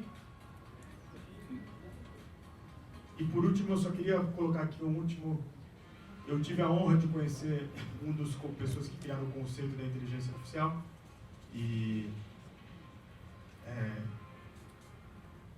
ele faleceu no ano passado, Marvin Minsky, ele foi o que criou, onde eu estou fazendo toda a minha especialização de inteligência artificial no MIT, e ele que criou o conceito no inverno bem frio ali em Massachusetts. Eu queria dizer assim, professor Gill, os melhores momentos da nossa vida, e acredito que você vai me dar, e eu dou muita razão para ele, é quando nós estamos desconectados e na vida real com as pessoas. E até o final da vida dele, tocava piano com seus alunos, e ele foi um dos grandes pensadores de Woodstock. Foi essa pessoa que criou o conceito de inteligência artificial. Ele dizia todo o tempo, tudo isso é para transformar nós em seres humanos novamente, mais seres humanos, porque a primeira, a segunda e a terceira revolução industrial só nos afastou. E aí o que aconteceu? A sala dele, que é a única que mantiveram no MIT, tem essa placa. Mude sempre, aprenda apaixonadamente. Um tempo de muita ebulição. Você consegue todo dia ler pelo menos 10 páginas de um livro? Falta tempo para tudo. Mas se você ler 10 páginas de um livro todo dia, no final do ano você está 2 vezes acima da média mundial. Queria trazer aqui algum ponto só para a gente não... A Califórnia, na época de Reagan, ela não tinha dinheiro nem para pagar o papel higiênico nas escolinhas de crianças. E ela conseguiu fazer uma cena diferente, onde ela envolveu as universidades, onde ela fez debates realmente de ponta. E hoje a Califórnia é um país, se fosse um país, seria o 3º país mais rico do mundo. E sabe o que eles estão debatendo na Califórnia hoje? A doença do século, depressão. Aqui é fisicamente a faculdade materialmente mais perfeita. Aqui tem a maior coleção de Rodin ao ar livre fora da França. E as pessoas não entendiam, 2 professores, por que nos últimos anos a depressão se instalou ali. Por que alunos de graduação estavam com tanta depressão e até suicídio. Isso é uma pandemia global, especialmente nos mais jovens. E eles criaram um curso Design Your Life. E aí eles falaram, antes de qualquer mudança, cuide-se. Esse é o curso mais procurado nos últimos 10 anos na graduação, como matéria letiva, e é o curso mais procurado no Fórum Econômico Mundial de Davos nos últimos 3 anos. Então, para a gente abrir um debate, só queria colocar aqui um pontinho. Porque tinha me dado uma hora e meia, me confundi, desculpa. Não estou julgando, não quero tirar direitos de ninguém, mas são reflexões muito sérias. Um professor da FEA, José Pastore, ele leu toda a nossa Constituição, né? E na palavra Constituição aparece o direito 76 vezes, dever apenas 4 vezes. Nem vou colocar os outros pontos aqui. Isso é muito direito para pouco dever. E aí a gente está tendo muito direito, né? E isso a gente vai ter que discutir, porque não fecha a conta do país inovador com esse tipo de conceito. A conta está onde? Em quase todos os dados de inovação, nós somos lanternas em quase tudo. E aí, mas queria colocar aqui, para não... Só para entender aqui, quem conhece aqui os Sirius? 5, 6 pessoas, muito próximo daqui, Campinas está 2 horas daqui, né, aproximadamente. Um trabalho de 5 professores da Unicamp que pediram dinheiro no PEC e de uma forma muito séria levaram esse dinheiro, e eles queriam fazer o primeiro acelerador de partículas do hemisfério sul. Não tem nem na Oceania, nem na África, nem na América Latina. Eles aceitaram com a iniciativa privada e eles pediram para a Motorola, para a Bosch, para que eles fizessem o processo, eles conseguiram inaugurar, não o primeiro acelerador de partículas do hemisfério sul, eles conseguiram inaugurar o acelerador de partículas mais avançado de todo o nosso E se nós soubermos usar isso, a gente vai dar um salto como nunca. E aí eu posso acabar com essa menina aqui maravilhosa. Ela não foi a minha aluna, mas ela representa muito das minhas alunas. Vocês devem ter visto ela, mas toda vez é bom para a gente fazer o nosso debate e saber um pouquinho dela. Vejam só. Do púlpito de Harvard. Todos nós já ouvimos alguém dizer: tinha que ser brasileiro quando algo dá errado. Hoje eu quero desafiar vocês e a mim, seja investindo ou desenvolvendo, a mudar o sentido dessa frase. Quero ver vários de nós publicando nos melhores jornais científicos do mundo. Quero ver vários de nós desenvolvendo patentes. Quero ver, finalmente, pela primeira vez, um prêmio Nobel de um de nós. E quando isso acontecer, eu quero ouvir no fundo: tinha que ser brasileiro. Muito obrigada. Então, meus amigos, tem muita coisa acontecendo, não vou delinear aqui, mas eu tenho uma coluna na Band News FM, na propaganda, mas eu faço questão de contar o Brasil que está dando certo. E qual é a questão? Nós temos ali ilhas de excelência. Falta a gente ter um projeto como nação para trazer a todos nós. Mas a revolução silenciosa já começou. Eu cataloguei mais de 500 projetos que estão acontecendo nessa nova área. Então, como diz um professor amigo, no século passado, todas as respostas estavam no final do seu livro. Eu fui alfabetizado com Caminho Suave. Depois eu descobri adulto que estavam todos lá. Mas agora a gente mede a potência intelectual de uma pessoa pela capacidade de suportar dúvidas. Quem mais suporta dúvidas é que hoje está conseguindo dar as respostas do mundo. Vocês saem daqui com mais dúvidas do que resposta dessa apresentação, mas vocês vão, aqueles que se incomodarem, podem dar o próximo passo. E pegando carona um pouquinho do nosso almoço, concluo então com Da Vinci. O que foi, expliquei da síndrome da Gioconda, mas eu queria falar da beleza de Mona Lisa. Da Vinci faz 500 anos que se foi, e ele sempre, desde muito jovem, gostava de pagar almoços e jantares para as pessoas muito pobres, ali primeiro em Florença, depois em Veneza, depois em Roma, depois em Paris. Depois, como ser humano vitruviano, ele gostava, como cientista, ele secava cadáveres, ele observava como era o movimento mecânico, por exemplo, do sorriso. Só alguém que tem muita empatia pela humanidade, que vê muita beleza na humanidade, e alguém que consegue, enfim, ver muita razão na ciência, podia criar sorrisos perfeitos como o da Mona Lisa. Dito isso, que Deus ilumine muito vocês, que a cada dia vocês levem essa nossa Califórnia paulista, brasileira, mais para frente. Obrigado.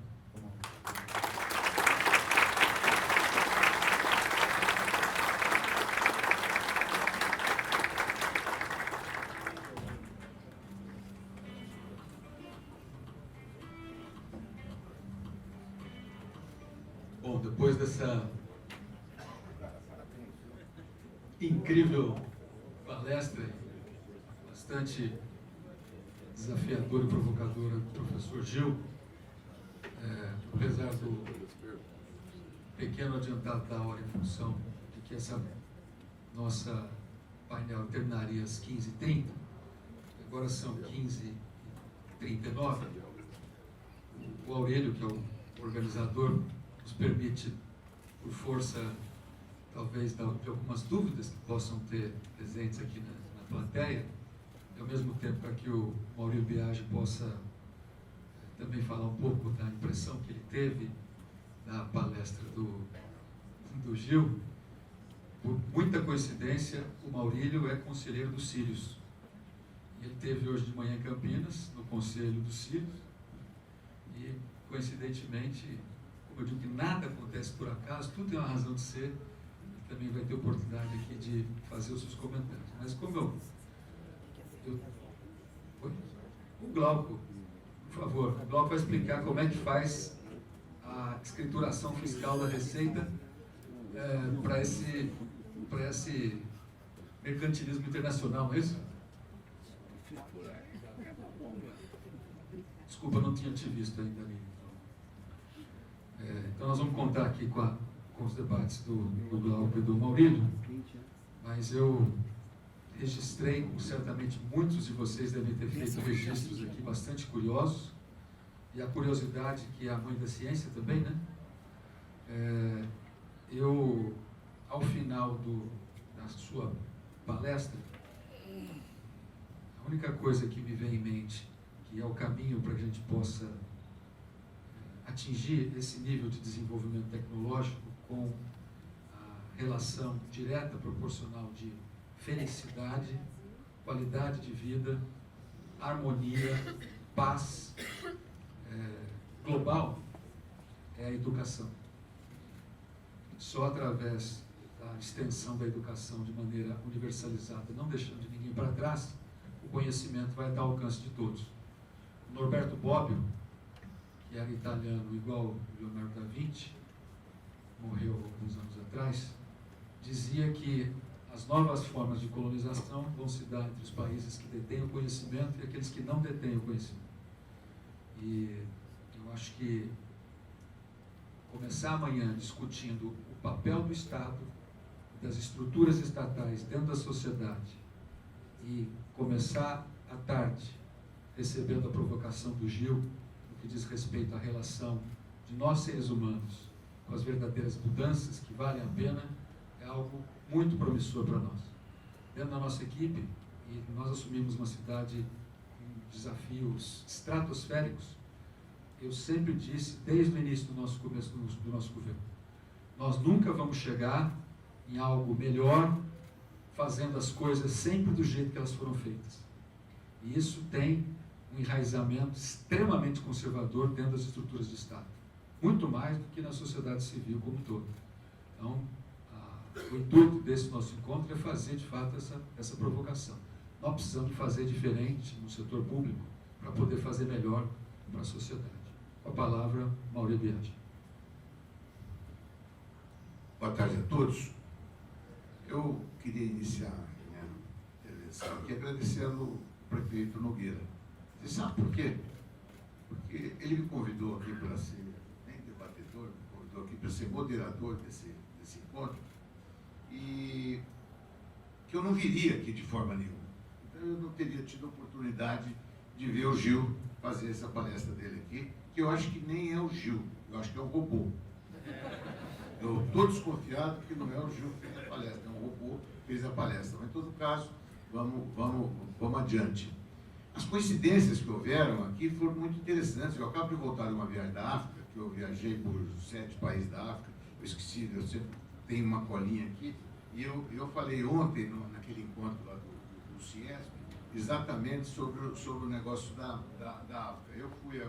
Eu fui na África do Sul, na Namíbia, na Zâmbia, na Botsuana, na Ruanda, na Etiópia, no Quênia, e depois voltei na África do Sul. O que eu falei ontem na reunião nossa da indústria aqui, eu falei, olha gente, nenhum país lá estava crescendo menos do que 10%. Varia de 7%, alguns que estão mais complicados, até 20% é o crescimento médio desses países aqui que a gente visitou. E por que eu fiz essa intervenção lá ontem? Eu falei, porque a África já se tornou China. Foi exatamente o que você falou aqui. A África já se tornou China. A China está presente em todos esses países de uma forma forte, de uma forma muito, muito importante, participando na economia de forma muito forte, como eu disse. Usamos um avião e todo mundo recebia um tablet a hora que entrava no avião, e os professores que nós levamos, eles iam dando aula, uma coisa até chata, durante o voo inteiro, dando aula exatamente do que estava acontecendo, do que era a África, do Homo sapiens, essa história toda da África, que o início da civilização foi lá na África, a nossa mudança aconteceu na África, os fósseis mais antigos estão na África e tal, exatamente como você falou agora que já está acontecendo, né? Eu acabo de voltei hoje, acabou 13h, uma reunião lá em Campinas, do CNP, onde eu sou do conselho, né?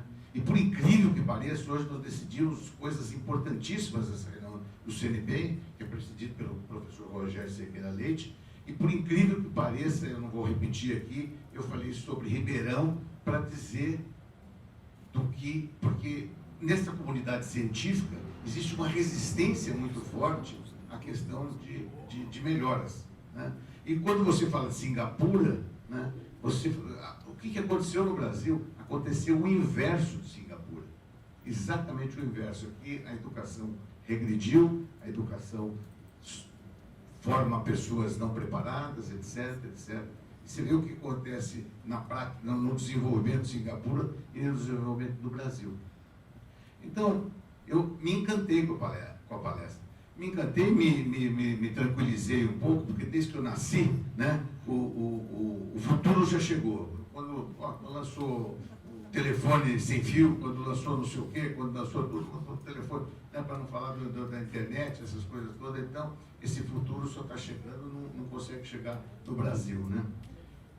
Então, gente, quando você fala que o petróleo não vai acabar porque acabou o petróleo, quer dizer, quando você fala dessa tecnologia, desse mundo novo que vai acontecer sem o petróleo, né, se apresenta para o Brasil as maiores oportunidades que nós podemos ter. Não tem um país no mundo que tenha a capacidade de se transformar como o Brasil sem o petróleo. Não existe nenhum país que tenha as reservas que o Brasil tem, não existe nenhum país que tenha a água que o Brasil tem, não existe nenhum país que tenha as condições que tem 40%, quase 50% de energia renovável hoje, quando os maiores países de energia renovável no mundo têm no máximo 13% de energia renovável, nós temos quase 50%. Então, se apresenta para o Brasil oportunidades extraordinárias que precisam ser aproveitadas, que precisam ser descobertas, né?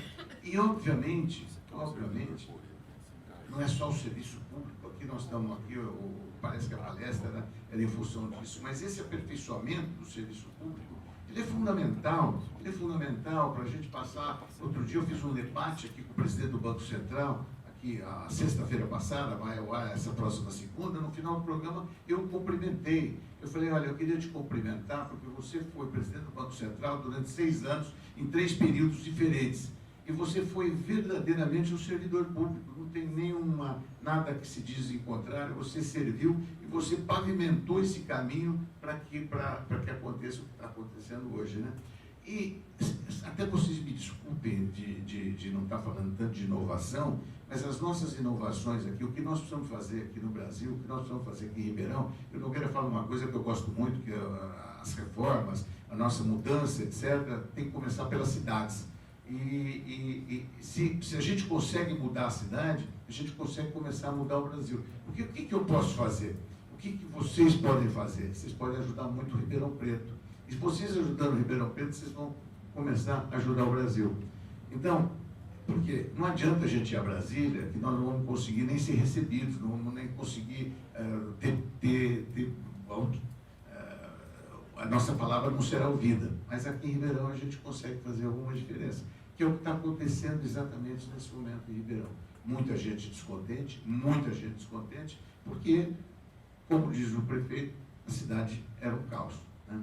Então, gente, eu não queria tomar mais o tempo, continuaria aqui, mas eu quero passar por aqui para o Glauco, né, que vai fazer as considerações dele, mas se puder eu volto. Boa tarde a todos. Prefeito, muito obrigado pelo convite, é uma honra para mim estar aqui, junto com pessoas tão ilustres, né, nessa mesa. E eu, infelizmente, cheguei um pouco atrasado, bastante até, mas peguei um pedaço da palestra. E uma coisa que a gente tem pensado bastante, porque eu acho que a gente tem que ser desenvolvimentista mesmo, né? O Estado tem que ser também. A gente, na verdade, né, é o desequilíbrio, né, que provoca que a pessoa ande, né? Toda vez que você vai mudar o passo, você se desequilibra. É por isso que você anda, né? Justamente, ele motiva você a se movimentar. E o que a gente percebe no Brasil, pelo menos é o que eu tenho percebido, existe uma polarização, né? Isso eu queria até falar um pouco aqui com o professor Gil a esse respeito, e eu pedi a sua consideração a respeito disso, mas que é uma polarização mundial. Nós temos, de um lado, quem produz a tecnologia, que são os países desenvolvidos, e do outro lado, quem utiliza essa tecnologia. E vou dar um exemplo até da agricultura, que está bem próximo da gente aqui. A agricultura brasileira ela é baseada totalmente em função de tecnologia produzida fora do país. Então, se você quer plantar hoje, você precisa de uma semente com transgeniase, nós não temos isso. O adubo que você utiliza é um adubo com ureia protegida, nós não temos essa tecnologia, não produzimos aqui. O defensivo agrícola que você usa também não é produzido no Brasil, né? É produzido por multinacionais que desenvolveram em algum momento essa tecnologia fora do Brasil. Os tratores do Brasil, a grande maioria, temos na Sagrada que produz trator de grande porte, mas as outras indústrias não são brasileiras, a tecnologia não é brasileira, e nós compramos isso do estrangeiro. Nós compramos celular vendendo num navio de minério de ferro, para trocar troco do iPhone. E existe uma força muito grande do outro lado do mundo, que é quem produz a tecnologia, está nessa condição de produzir a tecnologia, que é justamente quem nos vende isso e, de uma certa forma, nos explora. Eu sou capitalista, acho que tem que ser, o regime tem que ser capitalista, penso que sim, né? Mas o que acontece? O risco e o custo para acesso à tecnologia é muito grande, justamente porque a gente não tem a educação, né, prefeito? Que acho que é a base de tudo. Nós não conseguimos pensar para produzir tecnologia. Claro que temos exemplos, né? Temos alguns exemplos, poucos exemplos, infelizmente. Mas, por exemplo, os Estados Unidos têm uma política de levar o pesquisador estrangeiro para lá. Se você vai lá visitar, precisa de visto. Agora, o cara que vai lá para a universidade para desenvolver tecnologia para ele, ganhar para isso, ele não precisa de muitas coisas para conseguir um visto permanente para ficar nos Estados Unidos produzindo tecnologia, porque vai vender a tecnologia para nós. Então, há uma exploração de quem produz. Então, acho que esse é o primeiro tópico para a gente, que eu queria que você tocasse. E uma outra questão é a falta de dinheiro para investir. Nós sabemos das condições, o prefeito já disse isso algumas vezes, condição que assume a prefeitura e tem que gerir uma situação dificílima, né, que a gente tem de orçamento e tudo, como transformar o Estado brasileiro, né, sem ter recursos. Isso vale muitas vezes para as pessoas jurídicas também, que também precisam de recursos para desenvolver, né, para se desenvolver, para melhorar a tecnologia que é colocada, que você vai utilizar para poder fazer. A Receita Federal permite até fazer um exemplo, né? Nós estamos nos inovando a todo tempo, né? Então eu digo, a Receita, pelo menos aos nossos olhos, é um órgão público de relativamente sucesso, bem estruturada, a gente consegue gerar conhecimento, né, enfim, consegue modernizar alguns processos, mas mesmo assim nós temos muitos processos que precisam ser modernizados. E a gente sabe até como fazer, a gente não consegue fazer. Por que não consegue? Porque às vezes você não tem as condições ideais. É claro, ninguém nunca tem as condições ideais, até a gente está aqui justamente para tentar produzir sem ter as condições ideais, porque mundo perfeito não existe, a gente tem que trabalhar dentro do que lhe é dado, né? A grande questão que eu imagino, que eu penso, né, como dificultador, é justamente isso.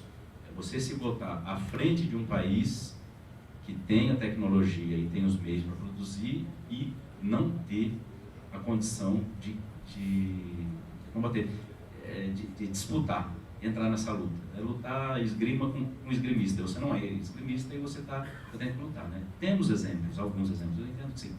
Então veja, só para finalizar, o que eu, assim, a grosso modo, penso da China?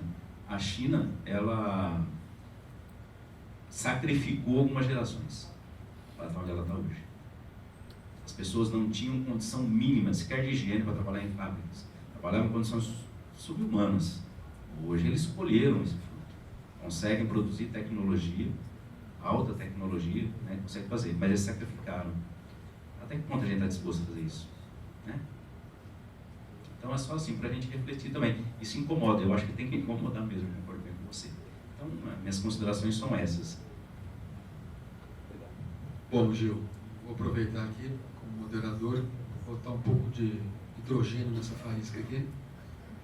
E você falou de Bretton Woods, o Pacto das Nações no pós-Segunda Guerra Mundial.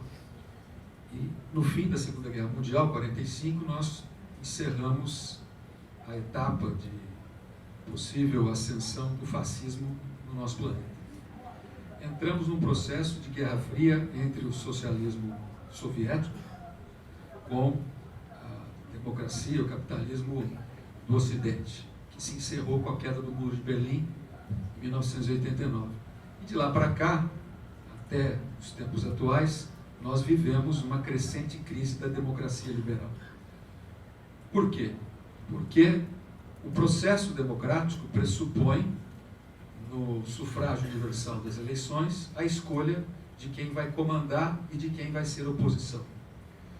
E nós tivemos uma tendência planetária onde o ganhar a eleição acabou sendo mais importante do que governar com resultados.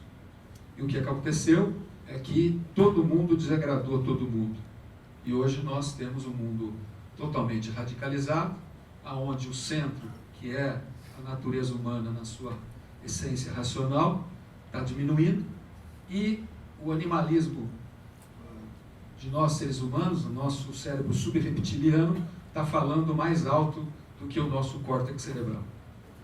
Posto isso, como é que nós vamos, nesse mundo de tecnologia disruptiva, fazer a disrupção da nossa democracia liberal, do nosso modo conservador de constituir as nossas estruturas de governo, de promover o nosso bem-estar, política de bem-estar social, com os desafios de um planeta de quase 8 bilhões de pessoas, com tantas diferenças, mas com enorme potencial para muita coisa, como você colocou aqui.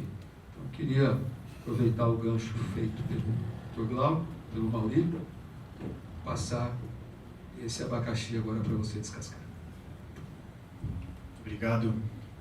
Prefeito Nogueira, eu sei que ele não é um exemplo da democracia, mas eu acho que ali está um pouquinho esse conceito do que nós precisamos.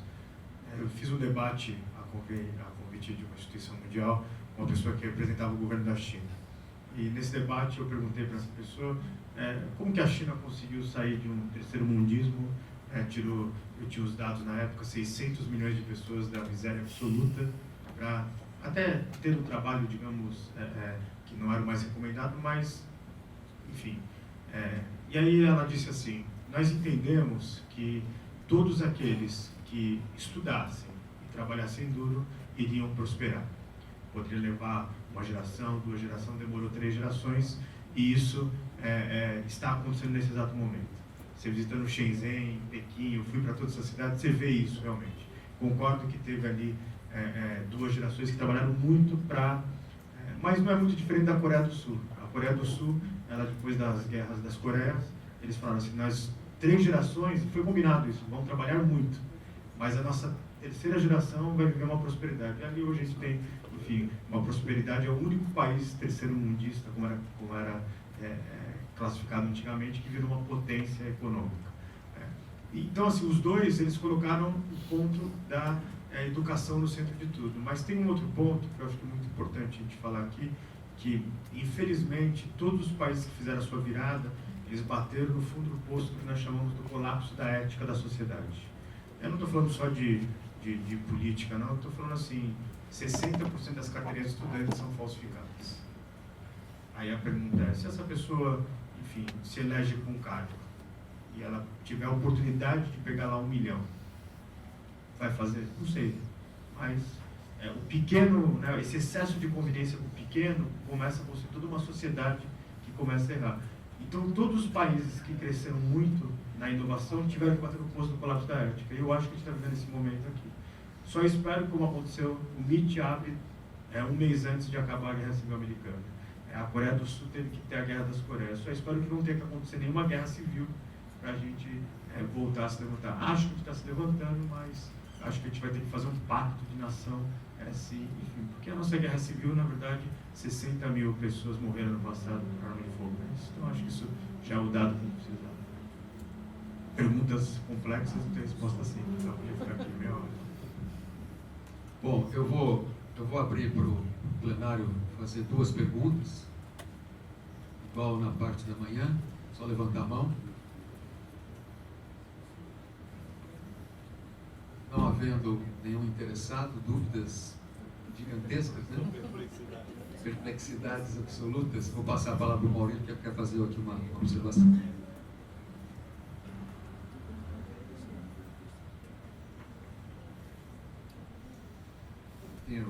Eu fico aflito quando eu vejo a gente não terminar com alguma conclusão, alguma sugestão, alguma coisa que a gente possa tirar disso. Eu estava conversando com o Nicolau, porque estava conversando que ele, sempre que eu encontro com ele, ele me inspira, porque eu me lembro quando eu fui funcionário aqui de uma TV, né, uma brincadeira minha, um dia nós fizemos um bate-papo, ele estava conversando, que ele não tinha nem o cabelo branco, nada, ele estava conversando, tinha cabelo, mas não, você tem.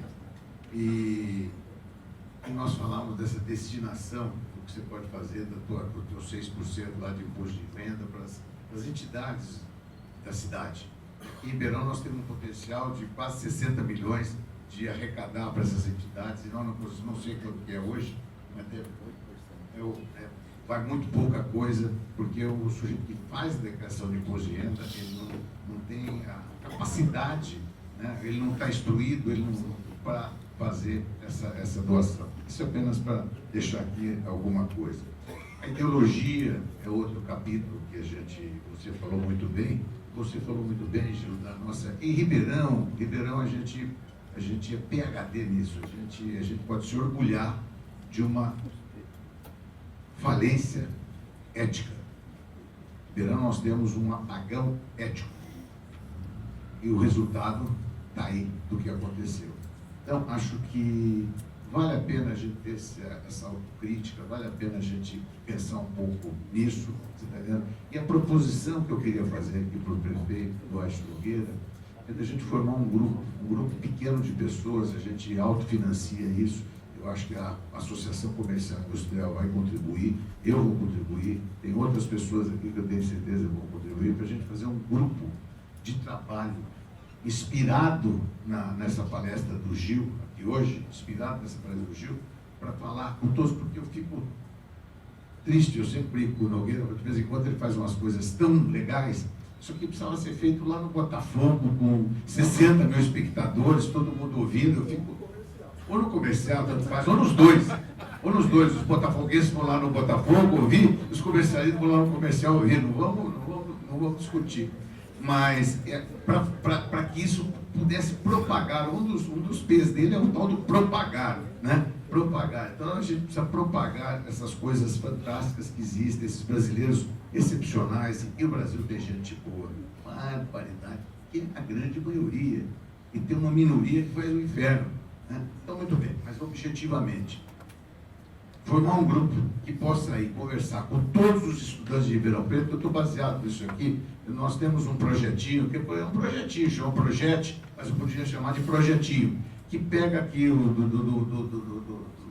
das escolas de Ribeirão, escolhe aqui 200 alunos, e dá uma mentoria para esses alunos durante o ano inteiro. Vocês precisam ver o resultado disso, que resultado fantástico. Nós não podemos fazer isso, mas se nós formos a todas as escolas de Ribeirão Preto, aquele grupo, quando vai lá, tem uma palestra preparada para fazer, um recurso, etc. Se a escola não tem o recurso, a gente leva o recurso e vai mostrando para esses meninos o futuro. Porque, na verdade, pelo que isso estou inspirado por uma menina que trabalha comigo há 40 anos, anteontem, em casa tomando café, 7 horas da manhã, ela veio me contar uma experiência dela, com os filhos dela, né?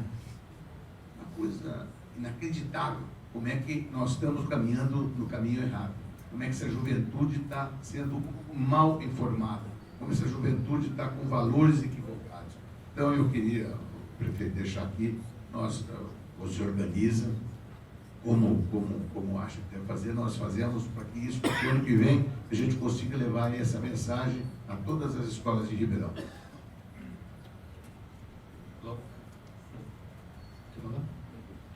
Bom, está aceito aí o desafio, pode constituir o grupo aqui via Associação Comercial, eu falo com o secretário Felipe Miguel, secretário de Educação, e a gente franqueia para o grupo as palestras no campo da inovação, da tecnologia, de boas práticas, de ética, que certamente vai enriquecer o currículo não tradicional das crianças da nossa rede.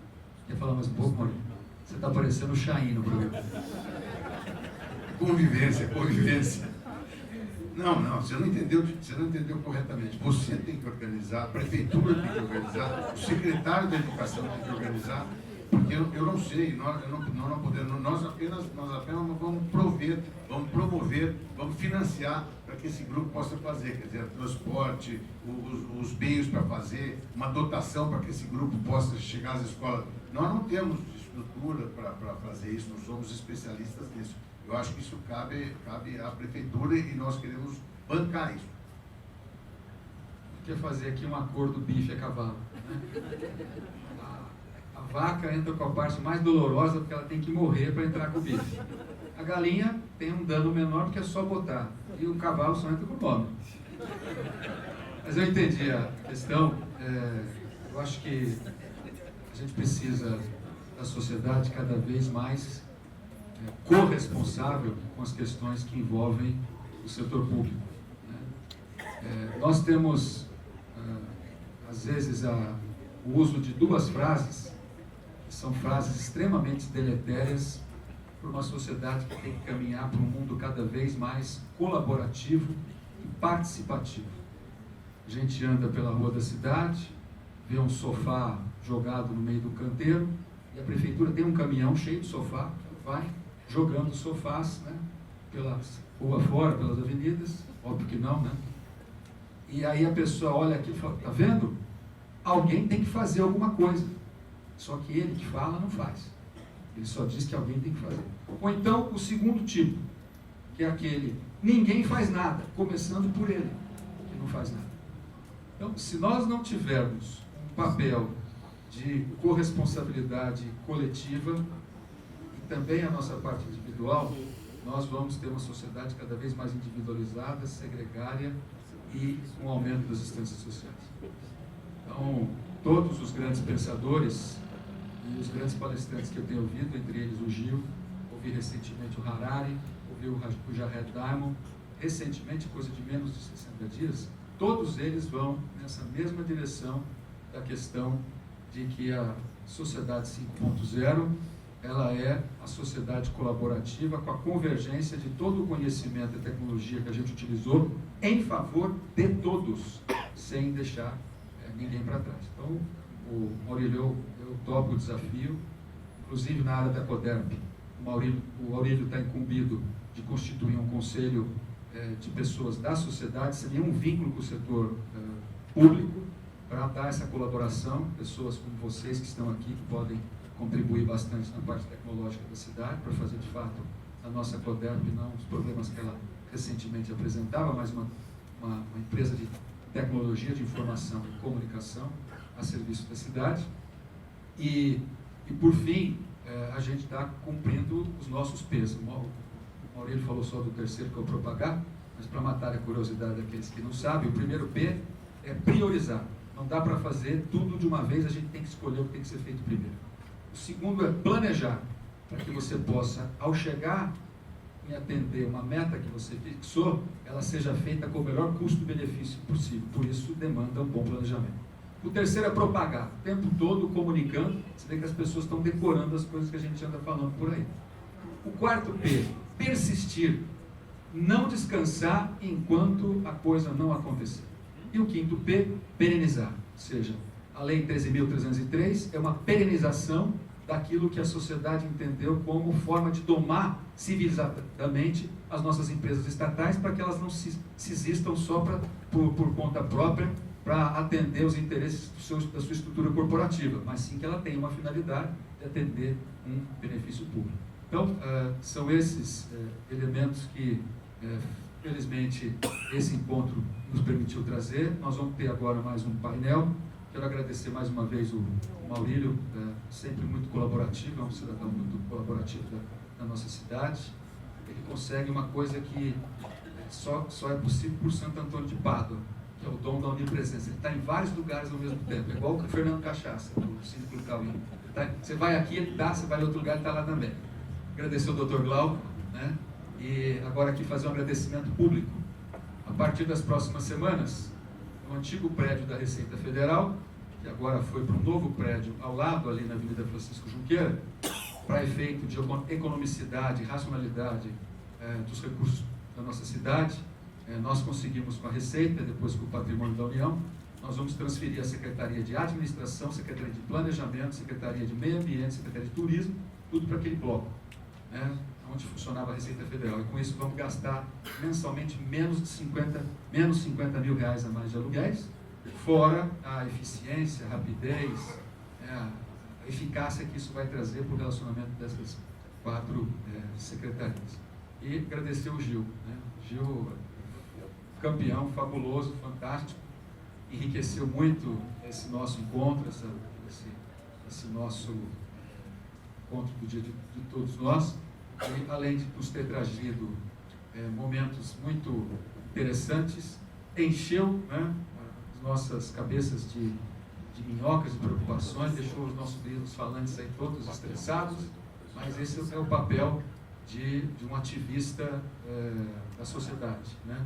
Provocar, tirar a gente da zona de conforto, fazer a gente pensar que dá para fazer as coisas de maneira diferente para chegar num resultado ainda melhor. Muito obrigado, Gil. Obrigado a todos.